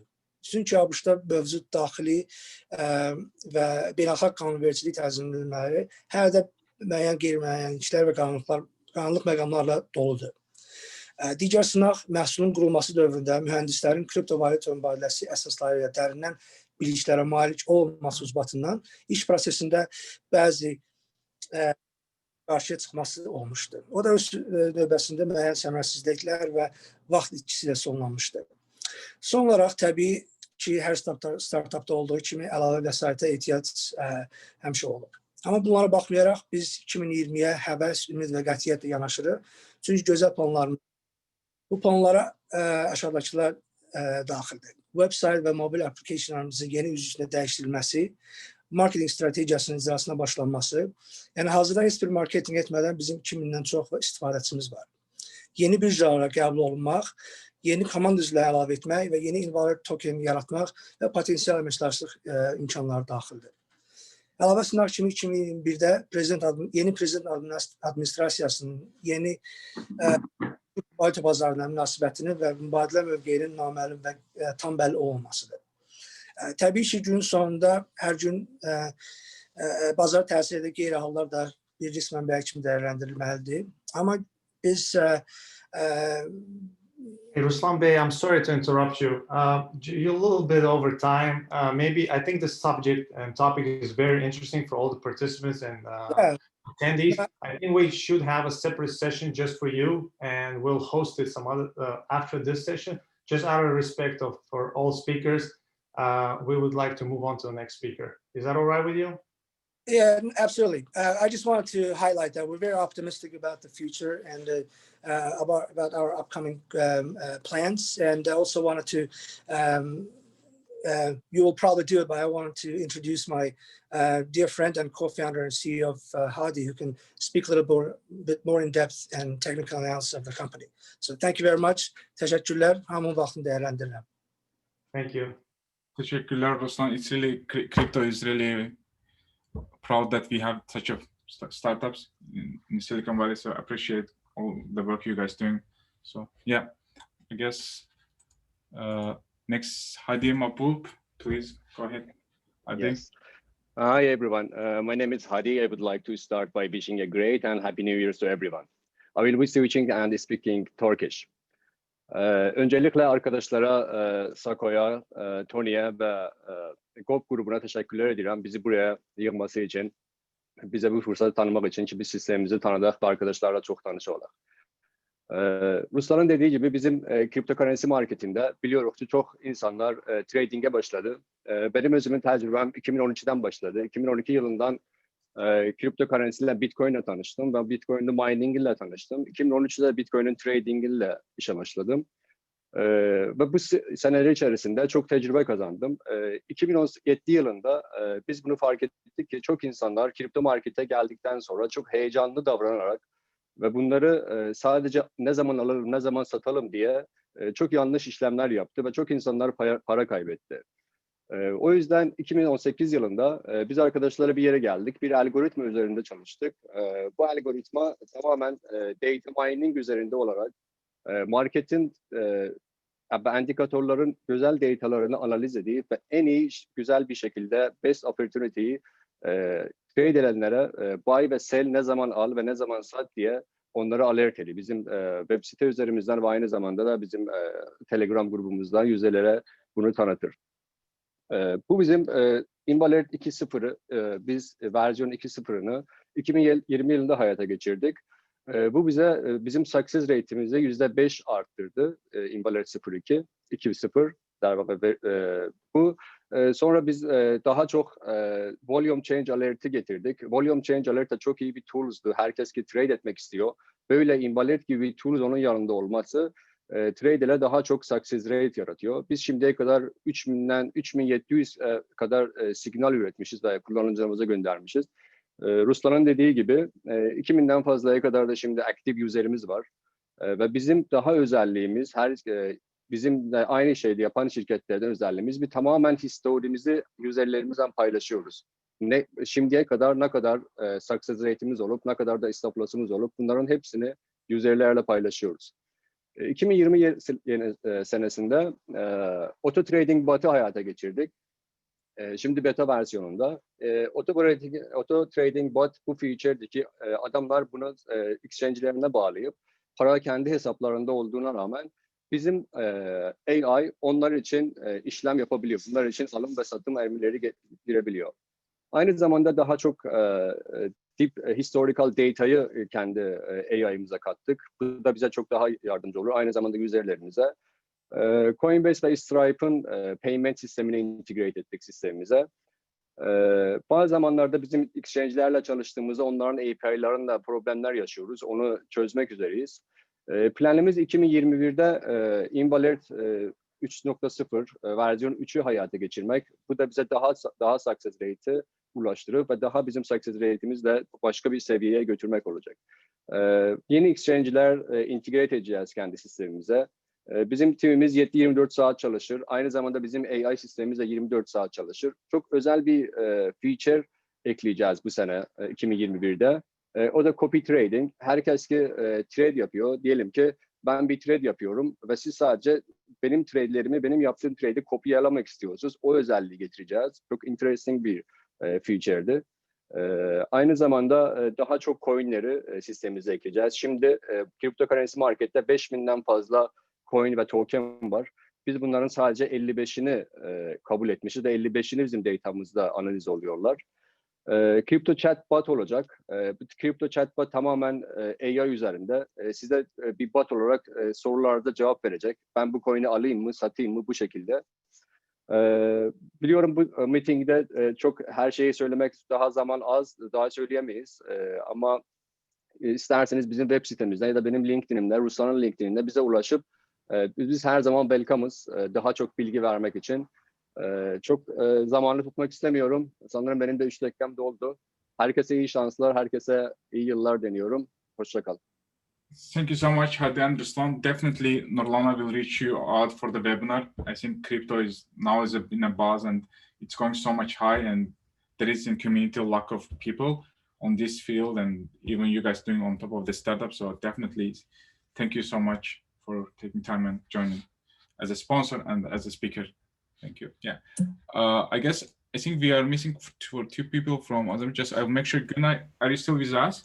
Yes, I'm here. Yeah, sorry about that. I think we missed you. We generally people from Azerbaijan to front, but yeah, I think we slipped a bit here. That's okay. Salamlar herkese. Really nice to be here among professionals like you. So I am an instructor in one of university, also researcher, writing articles in sustainability and technology. Last time, half of the year, I was part of the team that prepared the report for European Commission regarding the landscape, ecosystem landscape of startups in Azerbaijan. So one of the last project that we started to initiate, it was about tech for good, which means that using the technology in a best way to bring the change for the people that are underrepresented of the society, starting in Azerbaijan and going globally. at the same time. So I don't want to repeat all the things that have mentioned before, but what was one of the significant problem that happened during the COVID-19? We saw the drop line in the online attendance in the schools. So students that they didn't have access to internet, they basically stayed out of the classes. That means that a significant number of the students, minorities, families that comes from the families with low incomes stayed locked out. So, so basically the platform is main purpose of the platform to bring and to highlight, to raise the awareness of those people. And with that sense, we aim with the support of World Economic Forum under the community of global shapers, we want to supply the need of those people and the people that having the issues like gender, age, socioeconomic status, and enable them to have the equal access to internet, also the working devices in their homes. Thanks everyone, really nice to be here. Thank you, Günay. Thank you, Günay. All right, move on. Fuat Pasha Beyli, you with us? Fuat? I think he was. I think, yeah, we can ask him unmute because I see him online. Salamlar hər kəsə, eşidirsiniz məni? Yep. Mən Fuat Paşabəyli, tanımayanlar üçün özümü tanıdım ilk öncə. Hal-hazırda mən Turan Bankın proqramlaşdırma şöbəsinin rəhbəri olaraq çalışıram. Həm də Orient İnformasiya Texnologiya Mərkəzinin təsisçisiyəm. 8 ilə yaxındır orada Java üzrə təlimçi olaraq fəaliyyət göstərirəm. Biz informasiya texnologiyaları üzrə kursları tədris etməklə məşğuluq. Bizim mərkəz artıq 7 ilə yaxındır ki, fəaliyyətdədir. Ümumiyyətlə 2020-ci il bizim üçün, ümumiyyətlə kurs, yəni tədris mərkəzi üçün uğurlu hesab etmək olmaz. Təbii ki, offline tədrisdən online tədrisə keçid baş və online tədris də, belə deyim, Azərbaycanda çox da buna hazır deyil tələbələr online tədrisə. Ümumiyyətlə, belə deyim, bizdə gəlir 50-nin 50-yə azaldı. Ümumiyyətlə, məqsəd 2020-ci ilin mənə uğur gətirən tərəfi ondan ibarət ki, mənim qızım dünyaya gəldi. Növbəti uğur ondan ibarət idi ki, biz bir növ kurs biznesindən daha çox tədris mərkəzimizi yönləndirdik layihə fəaliyyət növü dəyişdi, layihələrin yaradılması üzrə və bir neçə 2020-ci ildə onlayn bizneslə bağlı layihələrə imza atdıq.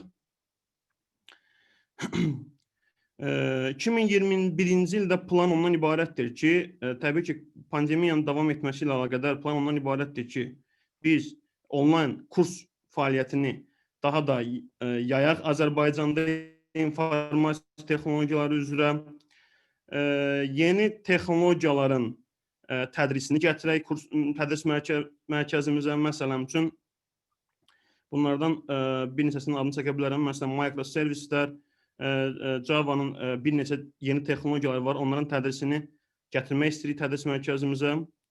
Və təbii ki, dediyim kimi, fəaliyyət növü üzrə layihə fəaliyyəti olduğu üçün həm də biz yeni onlayn fəaliyyət üzrə yeni layihələri də həyata keçirmək istəyirik. Risk 2021-də bundan ibarətdir ki, yəni belə görünür ki, pandemiya hələ də davam edəcək. Belə təşəkkürlər hər kəsə. Sako, sizə uğurlar arzulayıram, minnətdaram söz verdiyiniz üçün. Teşekkür Fuat, bize qoşulduğunuz üçün həqiqətən də xoşdur, yəni akademiyalarla birgə bir araya gəlmək. Təşəkkür ederim. Tony. Nurlan Fərəcov, you with us? Yes, I am here with you. All right. Stage is yours. Okay. Hello, everyone. My name is Nurlan. I am engineer and technical responsible person for ERP Goup company.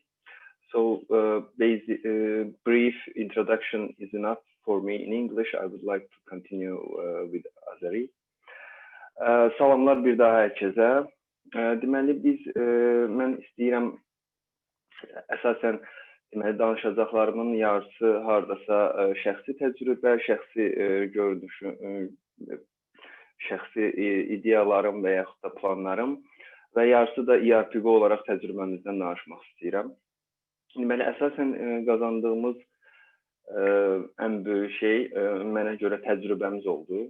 Yəni hər il özü böyük bir təcrübədir, amma bu il özü çox kompleks bir il idi və öz müsbət tərəflərini də özümüzü biraz sübut da elədik, biraz təbii ki, bazarda satışmazlıqlarla əziyyət də çəkdik normal olaraq.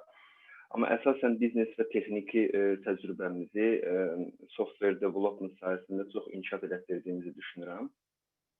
Böyük bir layihə qazandıq, elə bu pandemiya vaxtı da bitirdik. O da özü böyük bir bizim üçün uğur idi və bu müddət ərzində biz çoxlu, bizim işləmə stilimizdə heç bir dəyişiklik olmadı. Çünki biz əvvəlcədən şirkət özü remote olaraq qurulub və ona görə çox hazırlıqlıydıq və sürət pandemiyanın olmasının bizim sürətimizə yox, marketə təbii ki, təsir elədi, hamı olduğu kimi, amma bizim sürətimizə təsir eləmədi. O müsbət idi. Bir də çoxlu yerli şirkətlərlə, IT şirkətləri ilə, IT-dən məsul olan mühüm insanlarla tanış olduq. Yəni, şəxsən mən, biz yeni şirkət olduğumuz üçün belə bir tanışlıq əvvəllər yox idi, amma 2020 özü bir məhsullar oldu baxımdan. Və təbii ki, çoxlu ailə ilə vaxt. Bu da özü müsbət. Lap çox olanda biraz ləkə də salmaq olar bunu. Amma əsasən çoxlu, bəli, bunun da mühümlüyünü öyrənmiş oldum şəxsən mən öz adıma. Nə çatışmırdı? Əsas bəzən biraz disappointmentlar oldu ki, yerli bazarda gördük ki, IT infrastrukturun, IT-dən məsul şəxslərin, belə deyim, bacarıqların aşağı olması bizi biraz üzdü və düşünürük ki, önümüzdəki illər əlimizdən gəldiyi qədər buna kontribut eləməyə çalışdıq. Onların öz işlərində də, yəni gələcək yönlü düzgün qərara verməyində də çalışdıq, köməkliyi göstərək onlara. Və çatışmayanlardan biri əsas məşğuliyyət və idman. Ofis bağlandı, mən kifayət qədər misal üçün ping-pong oynaya bilmədim. Sonra futbol az oynamış olduq, ən azından o hələ də davam edir. Amma digər bütün hobbilər və s. xeyli miqdarda azaldı. Və əsas plan Cümşüdün də dediyi kimi Qobustan produktunu daha da genişləndirmək və bizim bazarda olan ağrılı yerləri çox kəskin şəkildə azaltmaq və əsas risk isə bu enerjinin, üzr istəyirəm, bu enerjinin bu 2020-də olduğu kimi davam edilməməsindən mən biraz qorxuram açığı, əgər belə davam eləsə. Bu qədər məndən. Çox sağ olun bir daha bu şansa görə. Thank you, Nurlan. All right, next we got Fagani Hajizadeh. Are you with us? Yep, I'm with you. Hi, I'm Fagani. I'm joining from Germany. I'm working as a cloud engineer at company Exasol, which is in-memory analytical database company. So since the majority of the joiners is speaking in Azerbaijan, I would also like to continue in Azerbaycan. Salam bir daha herkese. Belə 2020-ci ildə mənim üçün və ümumiyyətlə dünya üçün yaxşı olan şeyləri düşündüyüm şeylərin içərisində remote işləməyə, uzaqdan işləməyə olan bir artım oldu və əvvəllər remote işləməyə icazə verməyən şirkətlər də buna məcbur olduqdan sonra bunun faydalarını görmüş oldular və mənim fikrimcə remote işləmək həm işçilər üçün, həm də şirkətlər üçün bir üstünlük sağlayır. Həm də eyni zamanda sırf məsələn tek sahə üçün AWS Reinvent, KubeCon kimi konferanslar yıllar önce yani pandemi olmadığı zamanlarda ödeyiş vasıtasıyla bilet alıp travel edip gedib qoşulmaq lazım idisə, bu il bunlar hamısı online şəkildə oldu və bunlar demək olar ki, pulsuz və ya çox cüzi bir məbləğə qoşulmaq imkanı verdilər.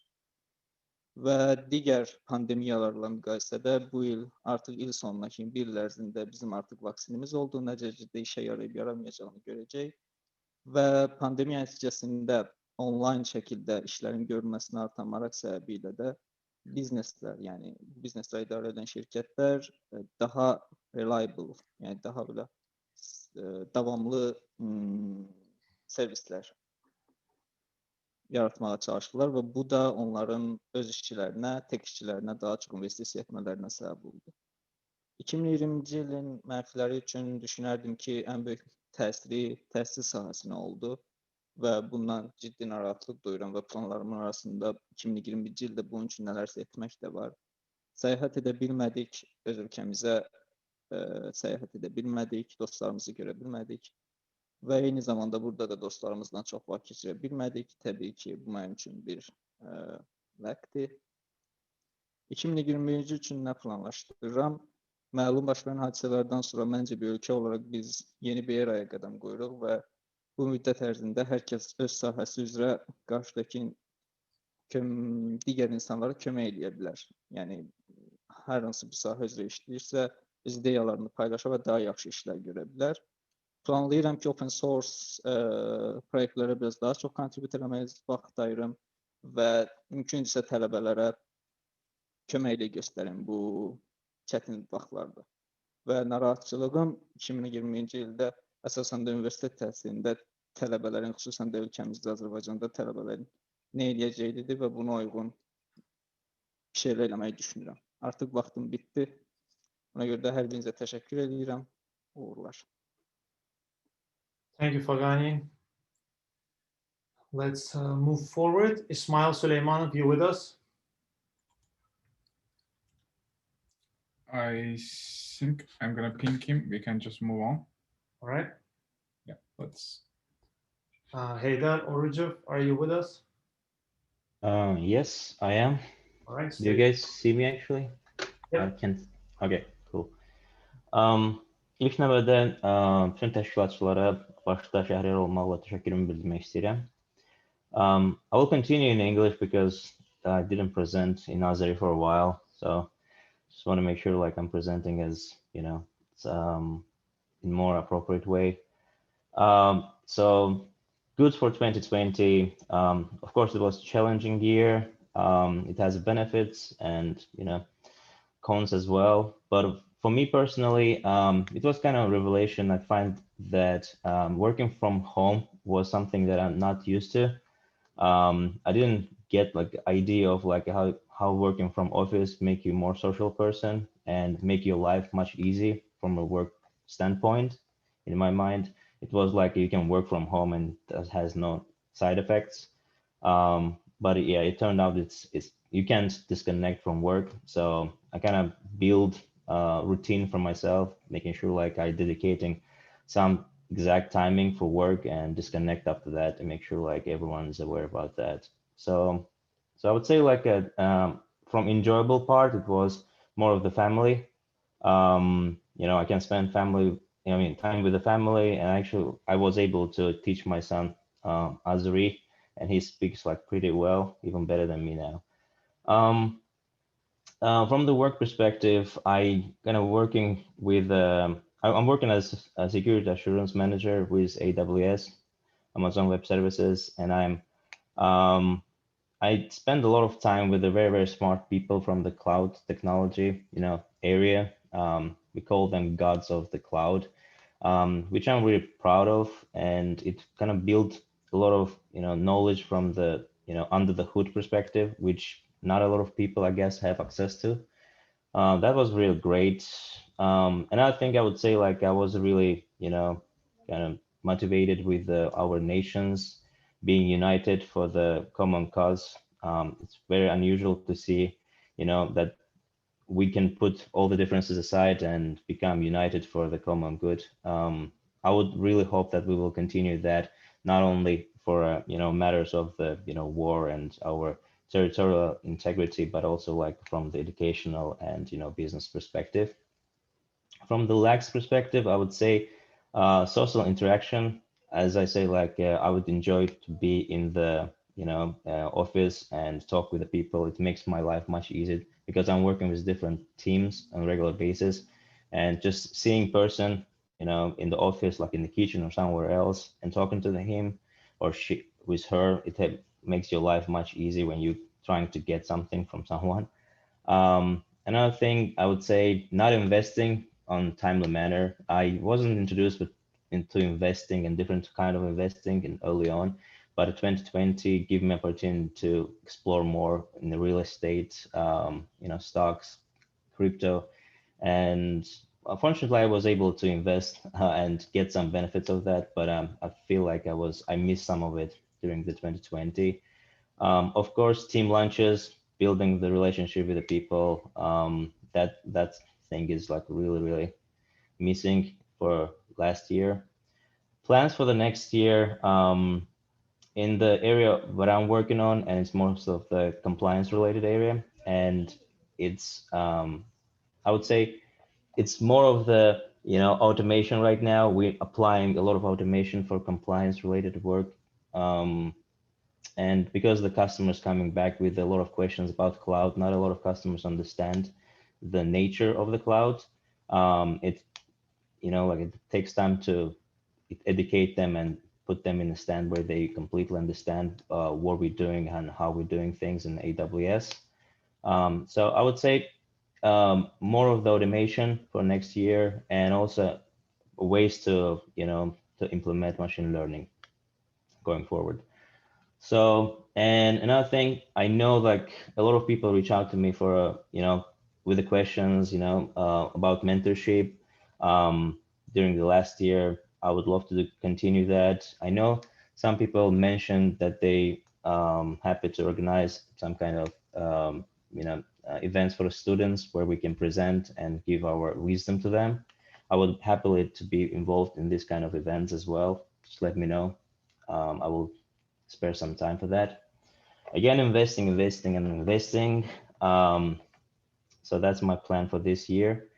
The risks, I would say the main risk is vaccine. I still feel like there is not a program there. Like we don't know how the vaccine is gonna be applied to everyone. And also there's like side effects that I'm really concerned about, take into account.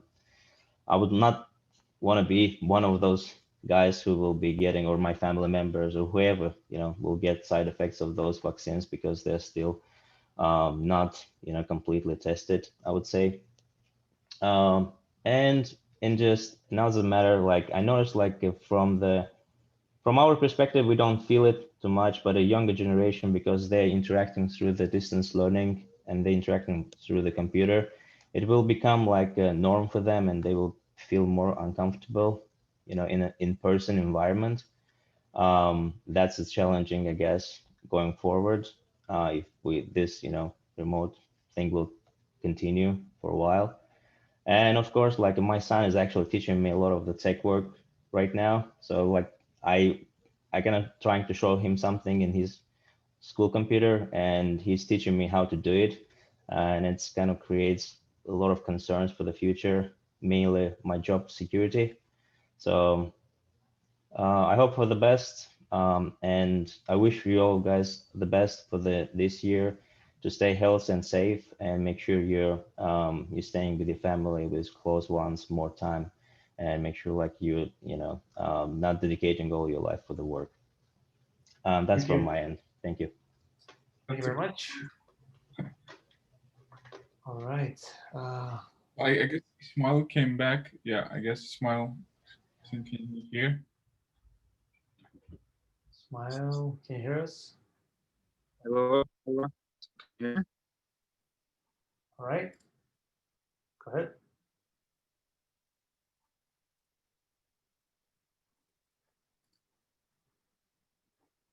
Can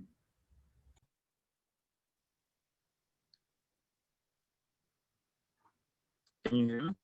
Yeah, we can hear you. Hello? Can I get my slide as well, please? Hello? I guess can I get my slide? I can see that as well. your slide, no? Is it in your slide showing? Well, I guess he had issue with internet, so I guess he dropped. Should we come back?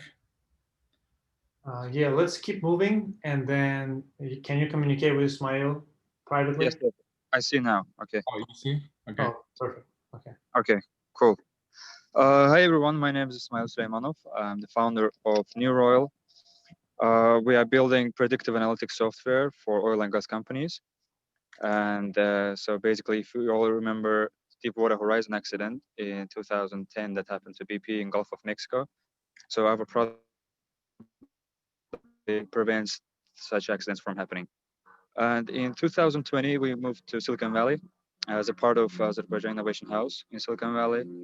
And we are having our operations from here. Our technical team is in Azerbaijan. We have some team members in Russia and Ukraine. And so the things that happened to us in 2020. So first of all, moving to Silicon Valley was the best thing. And the thing was lacking is that the significant part of the life in Silicon Valley is in-person meetings that are happening through meetups mainly. And due to the pandemic, everything got canceled. These meetups playing a huge role in lives of startups here. Startups finding investments, finding team members, and socializing with each other, and none of that happened last year. And but still it's time to work on our product, and we Small, you're cutting. Maybe you can turn off video. plan. Maybe you can turn off video, Smile. Can you hear?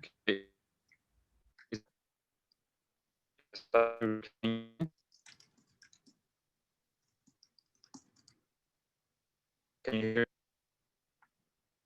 I think it's still cutting. Yeah, is it only me or for the rest? Is No, it's the same for me. Okay. Yeah, I think it's just connecting. Your voice is like a robotic. Can you hear me now? Yeah. Okay, is it better now? Yes. Is it better? Okay. Yeah, go ahead, proceed. Yeah, go ahead.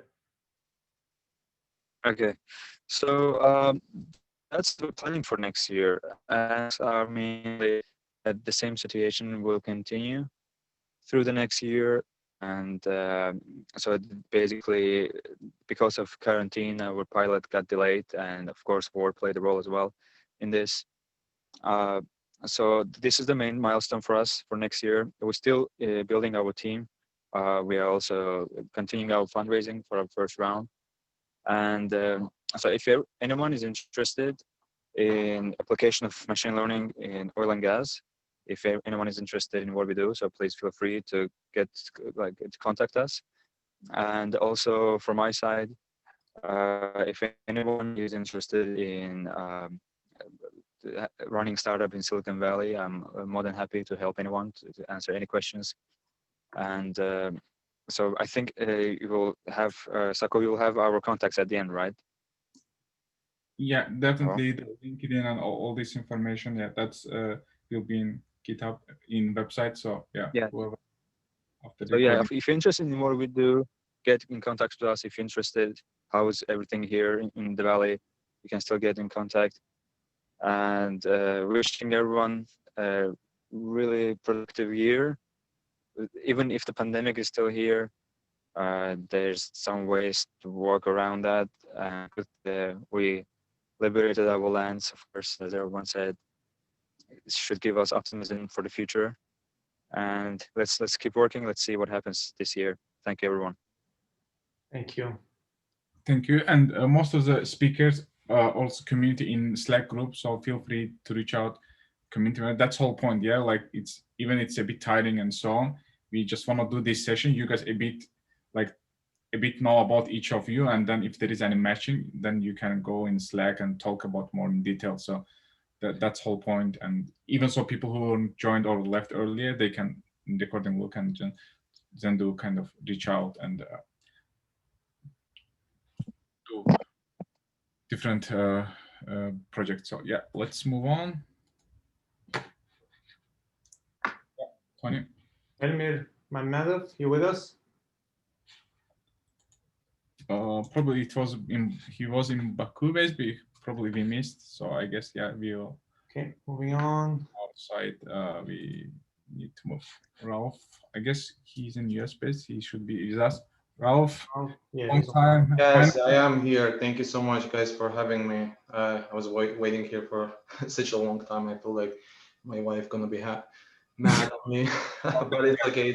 It's an honor to be here. Thank you. So quickly about myself, I've been in IT field for such a long time, and that's mostly because of my brother. When he was certified Apple service engineer in Azerbaijan, and as a kid, I was next to him, always just learning and learning. So that's my passion. And for the past 11 years, I live here in Boston. I'm an IT manager in a local company managing data center in Boston, New York, San Francisco, and Colombia. I also have my own business, just helping, small businesses with their IT needs. And I also do teaching, network automation, engineering, and system administration.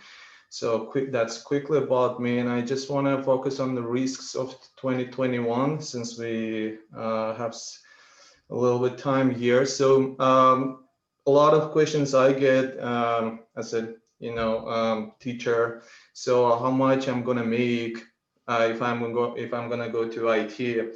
Well, it all depends on your skills, right? That's an obvious. But with this automation and AI, which is the thing I believe for past 5 or 6 years. Now in 2020, it was accelerated probably, I don't know, 50 times. And if we used to have, let's say, 5 guys managing the data center, now the employer is trying to get down into like 2 guys, and they are trying to automate everything, right? And the same thing happens from what I see in every single IT field, even those who do the automation, and if their team was like a 20 guys and now they're scaled down to 10. So this brings us to the topic when we as an IT professionals, we have to be more flexible with our skills, sorry. Just reading this skills, and I just took this software as a service and adapted it for my students, and I always try to tell them that, well, more skills you have, better is your employment today and tomorrow in 2021 and 22, you're going to compete with AI and automation.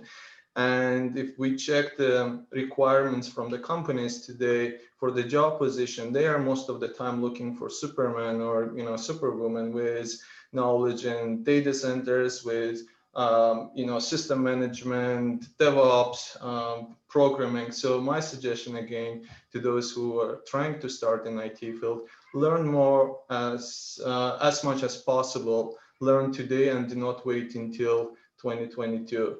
It's gonna get difficult. Well, thank you so much for this opportunity again, guys. Thank you. That's all from me. Thank you, Ralph.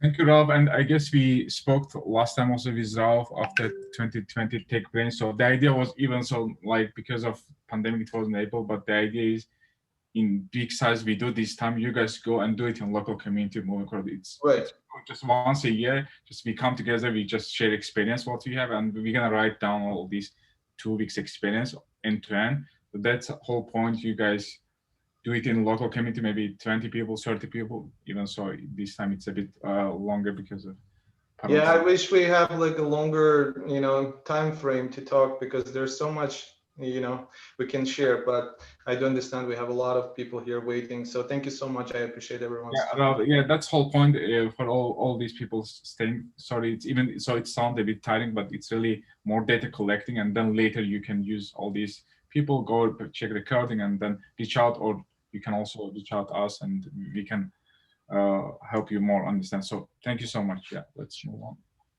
So I guess Nadir is not here. Nadir, or?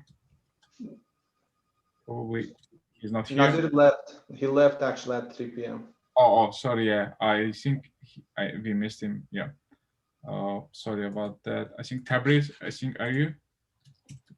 Because yeah, we mainly pushed Azerbaijan people in front, people from Azerbaijan. But yeah, I think we slipped some people. Tabriz, can you hear? I see Tamam, Tabriz. akşamınız xeyir. Could you hear me? Could you hear me? Yep, we can hear you. Okay, hi guys. Yeah, my name is Tabriz. I'm a software engineer in a company in Bonn, Germany. We are doing some stuff with the data and selling the analyzed data to customers, especially in auto industry. Yeah, I'm doing also stuff here, doing that stuff, creating many APIs, doing software engineering stuff. And especially this pandemic time was very nice because we work from remote and we have so much time to improve ourselves, especially in software engineering. You know, you don't have so much time because of you have so much to do, but these times we have so much time and I improve myself. So especially I have so much time to even in pandemic to travel across the Europe. It was in summer we have so much nice time to travel. Yeah, I improved this time my Spanish, especially. There was a nice, by the way, I found that before in the usual times we have here meetups or something that happened in some buildings face to face, but now all these nice meetings are online, especially in software engineering. And with this, you can get a nice communities and you can get each other. You can create a new network skills. Yeah, this year I also plan to contribute into open source project that I began already last year. And I already begin for my YouTube channel preparation and also especially improving my Spanish using 20 minutes in a day. Risks I don't have so much next years, thanks to the German government that they are behind us and they support us in all terms. Thanks guys for listening to me, especially guys from Azerbaijan because it's a late night there. Thanks Shako for adding me to the community. From early days, community honored members. Yeah. Taking time, stepping as a speaker. Yeah. Thanks. I guess yeah, we are almost there. Tony, you want to do excited news? Yes, I'm trying to turn on my video, but I think I can't turn. If you can turn it on for me, almost go done. for it. We'll have briefly me, Rasim, and I'll try to go fast. Please go ahead, Tony. Okay. Yeah. Hi everyone. Well, first of all, hamıya salamlar. Adım Toğrul Mehmetbəyevdir. But since I live in States for close to 20 years, everybody knows me as Tony Mehmetbəyov. I work as a principal sales engineer at Uniform, and what we do is we build blazing fast personalized websites. I worked in a professional corporate world close to 15 years as a software engineer, and last year I made a decision to leave corporate and go work for a startup. So some things that happened that were good last year. Obviously, liberation of our lands was a big thing. Remote work became the new normal, and that was the very logical decision to switch a job and go work for a small company. It pushed people to learn new technologies. What I've seen, especially with Azerbaijani people around the globe, everybody learned how to use Twitter, everybody learned how to use Slack, everybody learned how to use new technologies that are out there that they never used. Everybody onboarded new platforms, so now it's easier to find people on the internet. What are some lacks? Unfortunately, I have that area blank, but some offshore in corporate did not work because there's some offshore hubs that are specific in former Soviet Union republics, And in US, some businesses don't want to work with former Soviet Union republics. So that was one of the problems. And travel was a problem. But now moving forward, right? What is the plan for 2021? Specifically for me, I'm obviously adapting to this new normal and adjusting to this new challenging times. And with all of that and what I've seen last year, I would like to say that Azerbaijan has a lot of talented people, a lot of smart people. And my goal is to put Azerbaijan on the map as a technology leader and create an offshore hub. And with that in mind, I started an effort to build Azerbaijani developer network. So it's not competing with Goup. It's not the same thing. Azerbaijan Developer Network is a place to find a job for software developers that are in Azerbaijan. So we can easily, working in US, as starting new businesses, we can easily tap into the network in Azerbaijan and find skilled professionals. Next was what happened that everybody tried to get together last year and work together in different Slacks, WhatsApps, Facebook groups, and that created a lot of chaos. So the idea of Azerbaijanis Online, a social network for Azerbaijanis globally, came up, and that is what I'm building by myself. And I'm kind of making an announcement. If there's engineers who want to learn, want to work with me, please let me know, and we can do it together and build something great together. And the last but not least, as an announcement, with collaboration with Goup, next summer or this summer, there's going to be a first Azerbaijani digital conference. And stay tuned and go to conf.azeri.dev. The website is not completed all the way, but stay tuned to once call for papers is going to be open and registration will be open, you'll be able to get engaged. With that, I think I'm a little bit over time, but thank you for everyone who presented today. I wish you good luck. Hopefully all your endeavors, all your startups will succeed, and together we're stronger. Thank you, Tony. I guess we'll let to take Rasim. Rasim, please go ahead, and then we'll finalize my brief speech, and then we'll be good to go. Thank you for this event to Sako and Tony for giving the chance to be the community leader in the Goup community. So I also want to move to our native language, and I would like to mention here that some problems related to education and industry. I think that 3 minutes, 2 minutes or 3 minutes will not enough to show and to give the all information, all the problems related that fields, but I tried to highlight it and I tried to give the main informations. Hamınızı salamlayıram. Mən də istəyirəm bir qısaca olaraq bu slayd üzərindən problemlər, uğurlar və gözləntilər, planlar haqqında bir-iki kəlmə deyəm. Deməli, ümumi olan pointlərə toxunmayacağım, çünki hamı aşağı-yuxarı eyni tipli bu problemlər və belə deyək, yaxşı tərəflərlə rastlaşdılar. Amma mən bu pandemiya dövründə iki iş dəyişdim, yəni ikisi də eyni vaxtda oldu. Heç gözləmirdim, yəni belə bir təşkilatın birinin IT işlərini üzərimə məsuliyyət kimi qoydular və kömək eləməyə çalışaraq oranın işçisi oldum. Və BA fakültəsində, Adenosunun BA fakültəsində bir dərs götürəsi oldum, orada dərs istəyəsi oldum. Bu, belə deyək, bir də Cisco Akademiyanın instruktoru kimi bir belə community qurduq. Cisco rəhbərliyi ilə bir yerdə universitet müəllimlərinin instruktor kimi bu qoşulması, onlara təlim verilməsi və onların da universitet tələbələrinə biliklərini şeir edilməsi. Biraz cost saving öyrəndik, biraz remote working culture öyrəndik. Amma itirdiyimiz nə oldu? Pandemiya başlayan kimi ofisimizi itirdik. Tələbələrimizi itirdik. Çünki heç kim hazır deyildi bu, tələbələr xüsusən hazır deyildi bu dəyişikliyə. Mən də 2019-da bir kurs açdım. Həmin kursu genişləndirməyə başladıq.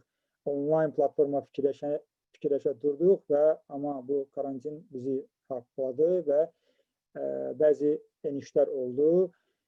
Biraz kursla bağlı gəlirlər azaldı. Ümumiyyətlə dinamik, aktiv adamam, sosial həyat biraz öldü və əsasən bu face-to-face emotional proseslər dayandı. Yəni bu təsir elədi bəzi şeylərə. Amma planlar üçün fikirləşməyə vaxt oldu. Belə deyək, educationla bağlı problemləri analiz edik. Gördük ki, doğrudan da bir çox ali müəssisələr və orta məktəblər bu prosesə hazır deyil idi. Heç bir platforma yox idi. Məcbur oldular böyük şirkətlərin platformalarını tətbiq eləməyə. Yəni bu instruktorların, müəllimlərin buna nə qədər hazırlığı kəskin şəkildə büruzə verdi. Yəni evdə uşaqlarımızda gördük məktəbin səviyyəsini, yəni universitetdə müəyyən problemlərin olmasını. Bu vadə elədi ki, biraz daha təcrübəli belə deyək, instruktorların və yaxud da ki, təcrübəli müəllimlərə hansısa bir navikların, hansısa bir skillsların share olunması, paylaşılması və o səbəbdən də communitydə mən də communityyə join olmuşam ki, bu imkanları istifadə edərək başqa bir yerdə community lider olaraq bu skillsləri ora share eləyək. Və educationla bağlı proyektlərə başladıq. Onlar haqqında çox informasiya verməyə vaxt yoxdur. Yaxın günlərdə o haqda məlumat verəcəyik. Risklər də ki, belə deyək də, ölməsək, sağ qalsaq, bu problemlər bizi çöktürməsə, planlarımızda düşünürəm ki, elə bir risk yoxdur. Sadəcə bəzi işlərimiz vardı, investorla bağlı idi. Onlar dayandı. Hal-hazırda investor axtarışı falan bu işlər ki, dayanmış işlər o risk kimi baxıram ki, onlar qaldı geridə. Amma belə bir riskdə bayaq qeyd elədiyim kimi flexible instruktorların çatışmazlığı. Amma kifayət qədər burada yoldaşlar var. Satda da onlarla fərdi danışdıq. Düşünürəm ki, Goup növbəti sessiyalarında yeni insanları, yeni mütəxəssislər cəlb edəcək və biz də öz növbəmizdə bu estafetdə kömək olmağa çalışacağıq. Təşəkkür edirəm eventə görə və hamınıza uğurlar diləyirəm. Sağ olun.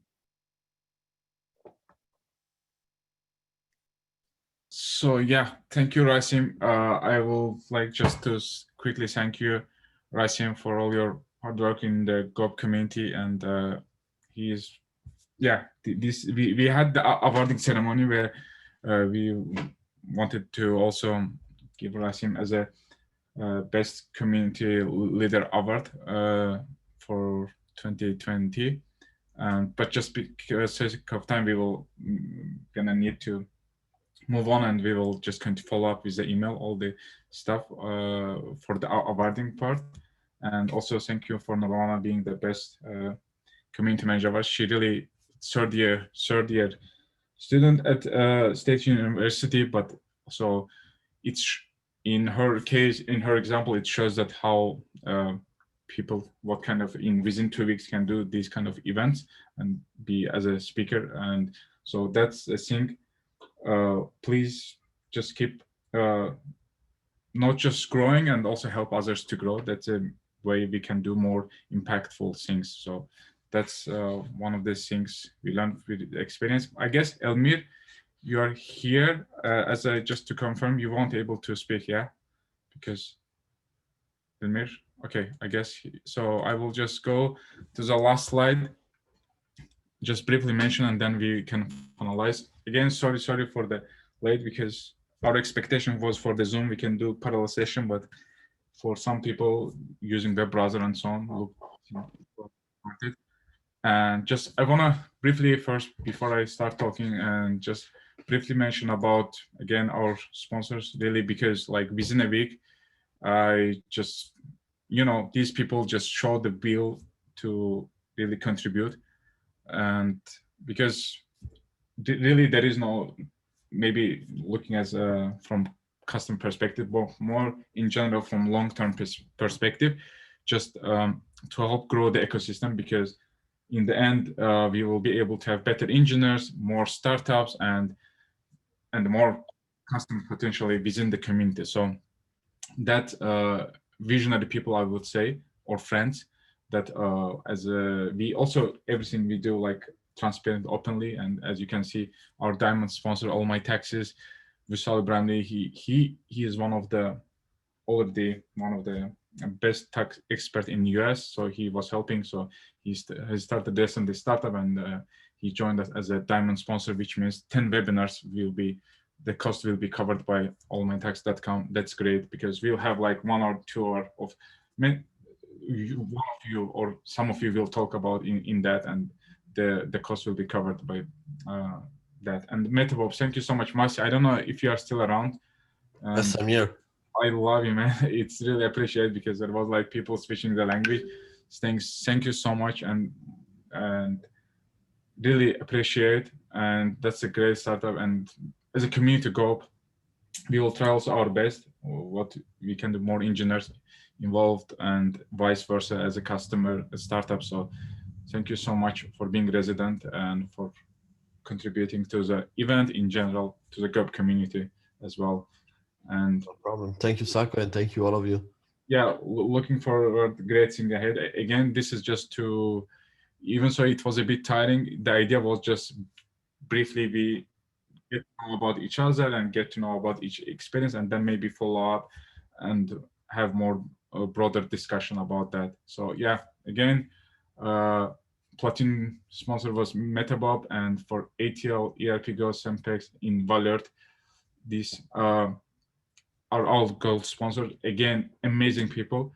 One of the best things I enjoyed since started Goup is making so amazing friends and like sharing the same ideas, sharing the same vision. And with most of you, I know that we're gonna have follow-up meetings, and we're gonna discuss about that, how we can do small things together. I definitely engage you. Not its scope is just with this event we create opportunity. Yeah, it's boring, it may be tiring, it takes more time. That's fine, but it's all to you to come up with initiative. Now you know who is doing what. Yeah, and briefly, just go and talk to these people. Reach our LinkedIn, reach our Slack group, whatever communication you can, and then try to build a network. So these people may be busy. If they can't respond, you can feel free to reach us, because we already had some communication with them as a group.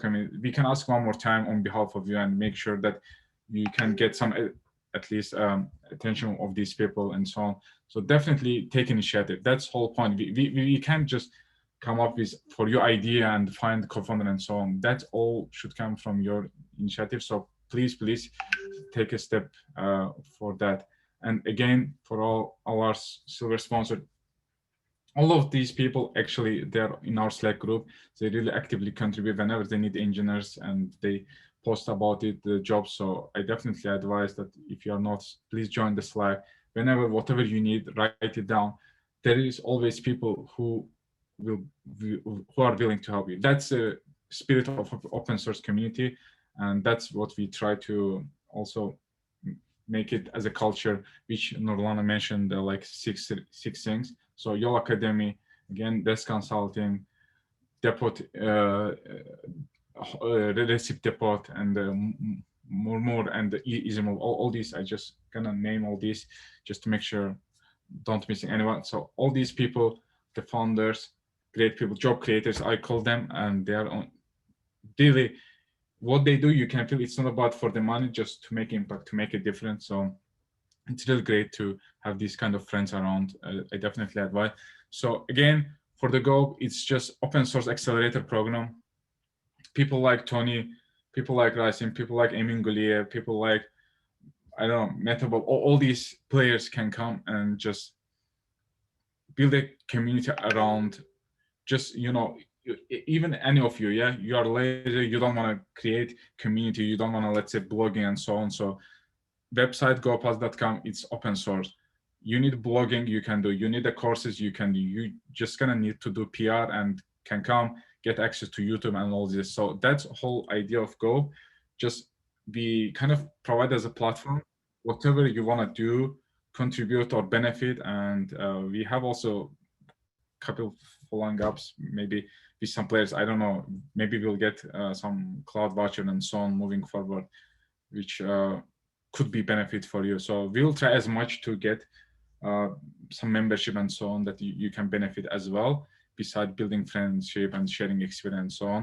But otherwise, we are always open to ideas. Whatever you have initiative, you can just take a step and come.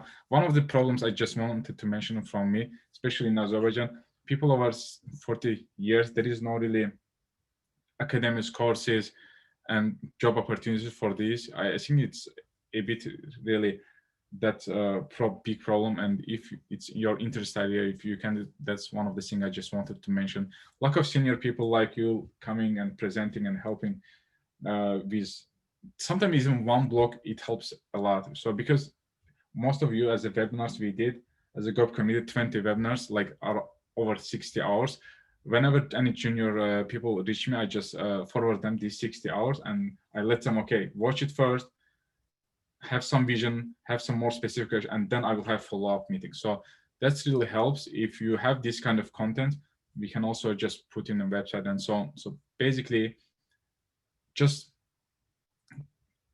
create any public data. You for this event, you will find the checklist end to end, how we did all this data we're gonna share, yeah? How we started, what we did, what failed. Maybe we can also share data experience. And if you also have any feedbacks, again, it was tiring, it was long, it was unexpected. Well, it's late for most of the people, but definitely the data we collected is most valuable data, which will be enabling for other people's project moving forward. So benefit from this. So that was the main point. And we will have some analytics doing the reporting on top of your writing. There is some amazing information we will just come up and we will share with you as well.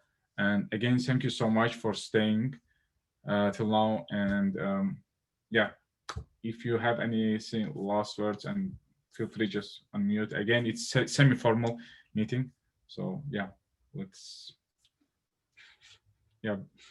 Vishal, maybe you want to say? Hi everyone. Yeah, I just want to mention about tax services. This is a busy season. I guess everyone is interested in their filing their taxes, especially if the impact of the COVID-19. So there are some couple of important factors that you should consider. So the people got stimulus check, but it's advanced for 2020. When you file your taxes, you should be very careful because if you are single, let's say $75,000 earned in a year, and more than 75,000, you may return that stimulus check back. If you are family, marrying file jointly with your family, then earning over 150,000, you may also return that checks back to the government. So when you need any tax advice, you can always reach us to us directly. So we also provide self-tax filing assistance. I know that the confidentiality is very important for the people. Some people even don't want to share their data with the CPAs. And in this case, you can go to self-filing applications like a TurboTax, HRM Blog, TaxSlayer, etc. It's all listed in our website. We can assist you in your filing through the chat, through the Zoom. So yeah, that's the one of the service that we're differing from our competitors in the market. Bir de mən sonunda Azərbaycanca da demək istəyirəm, bəzi insanlar ola bilsin ki, anlaya bilmirlər tam mənə dediyimi.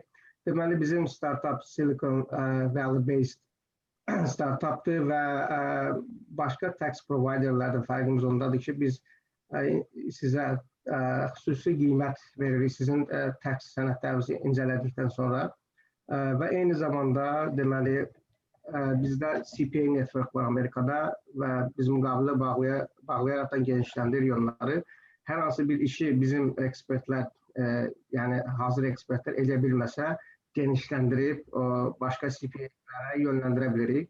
Xüsusilə də burada Ruslan bəy də qeyd elədi, bu kriptovalutalar alıb satarkən dediyimiz kimi bu koronavirus təsiri ilə aldığımız çeklər var. Onlarla bağlı CPA-lər ixtisaslaşmış olmalıdır. Yəni siz elə belə, yəni həmişəki kimi CPA deyərkən biz yəni tax agent deyə bilərik. Yəni mühasiblərə gedib illik vergi hesabatlarını verər zaman şey eləmək lazım deyil. Durub adi halda getmək məsləhət deyil. Çünki böyük risklər var. Siz aldığınız müəyyən qrantları, müəyyən öncədən aldığınız pulları geri qaytara bilərsiniz. Ona görə də hazır olaraqdan bizim saytımızda qeyd edəcəyik tax assessment formundan keçib hazır vəziyyətdə CPA-lərin yanında gedə bilərsiniz. Önəmli deyil ki, bizim şirkətinə işləyəsiniz, bizim məsləhət gördüyünüz CPA-lərinə işləyəsiniz. Bu çox önəmli şeydir ki, assessment edib sonra gedəsiniz. Bizdə list of documents Google Forms'da bölüşəcək web saytımızda. İndi Sakoya da təşəkkür edirik ki, belə bir event elədi və imkan verdi ki, hər kəsə bunu çatdıraq, bildirək. Bu önəmli məsələlərdir. Digər məsələləri də biz bölüşürük hər kəslə, yəni newsletter kimi follow-up e-maillər olaraq sizə important updatesləri məlumat verəcəyik. Bir daha Sako təşəkkür edirəm hər kəsə. Bakıda da gecə vaxtda qalıb axıra qədər dinləyən insanların əzminə təşəkkür düşür.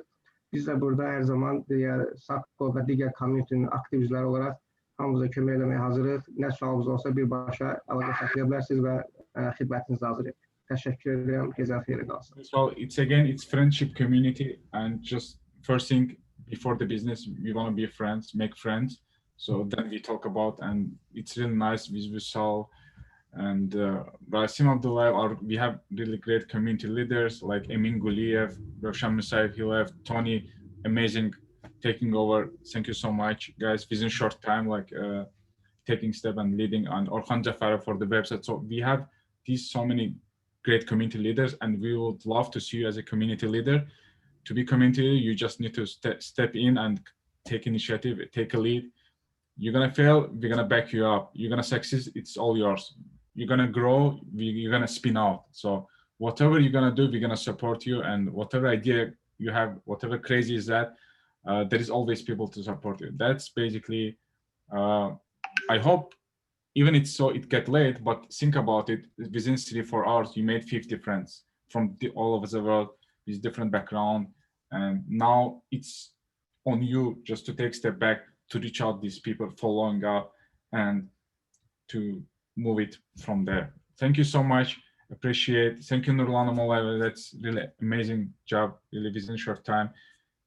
So as a student, it's really good example of that, how even like bachelor degree student can step up and lead this type of events planning, and looking for impressive more career growth for you as well. And thank you so much, everyone. I don't know if anyone else has anything to say, feel free to unmute. I just want to say thank you, Sako. Thank you for everything you've done. Thank you, man. Yeah, looking forward to see you soon, eating some pasta together. Yeah, definitely. Yeah, and everybody, that was the first time I met you all, so nice to meet you all. Looking forward to attend one of these events. If you guys want to check out Metabub, you can use it from our website, metabub.com, or on GitHub. And yeah, if you want to give us some feedback, that's always appreciated. Yeah, thank you again, everybody, and stay safe. Thank you so much. I was thinking that after your speech, you will be able to, because of people's restriction in the language. Thank you. It's really impressive that staying around. Amazing, man. Yeah, trying to learn a new language as well. Yeah, definitely. There is some shared point with Italian. So yeah, thank you so much as a culturally staying with us and together. Yes, of course, it was interesting. Okay, thank you guys. Thank you everyone. Stay safe. Stay safe. Thank you guys. 3, 2, 1. Talk to you later. Bye bye. Teşekkürler Azizim. Çok sağ olun Sako Bey. Hamid Bey, teşekkür ederim. Hamid Bey, buradayım. Videomuzda benim bağlayak, yani şey kimi ben düşündüm siz artık getmişsiniz. Hamid Bey necə? Yo, her şey oldu, üzürə hesab edin. Əlaydı. Çok güzel yedi. Sağ olun, var olun. Sizinle gurur duyuyoruz. Bu bize vacip idi. Bu illəri çoxlu gözəlliyi buradaydı ki, çoxlu təzə yani insanlar görürdüm. İnşallah belə olsun ki, genel bunların hamısını bir yerde toplayaq, bunların hamısını. Yani çoxlu olarak bir... Öz lokal communitylərində bu tip formatda eləyib artıq bunu bir zəncirvari formata gətirib böyük bir impactful məlumat biz publika verək və artıq bunun üzərindən daha böyük bir işlər görək. Əla olacaq. Sağ olun. Müəyyən ideyalar çətinləşir. Çox sağ olun Məhəmmədcim. Məni hər şəkildə maddi, mənəvi dəstək olaraq sizin arxanızdayım. Var olun, sağ olun. Sizə uğurlar arzu edirəm. Teşekkürler. Ali Bey, teşekkürler hepinize. Thank you so much everyone. Even it's late in your play. Thank you for staying with us. And we'll publish the recording, probably we'll do in parts. And whatever question, feedback, good or bad, please reach us. We are really more than happy to take them and do something better next time. Okay, guys? Bye-bye. Thank you. Bye. Sağ olun. Bye-bye.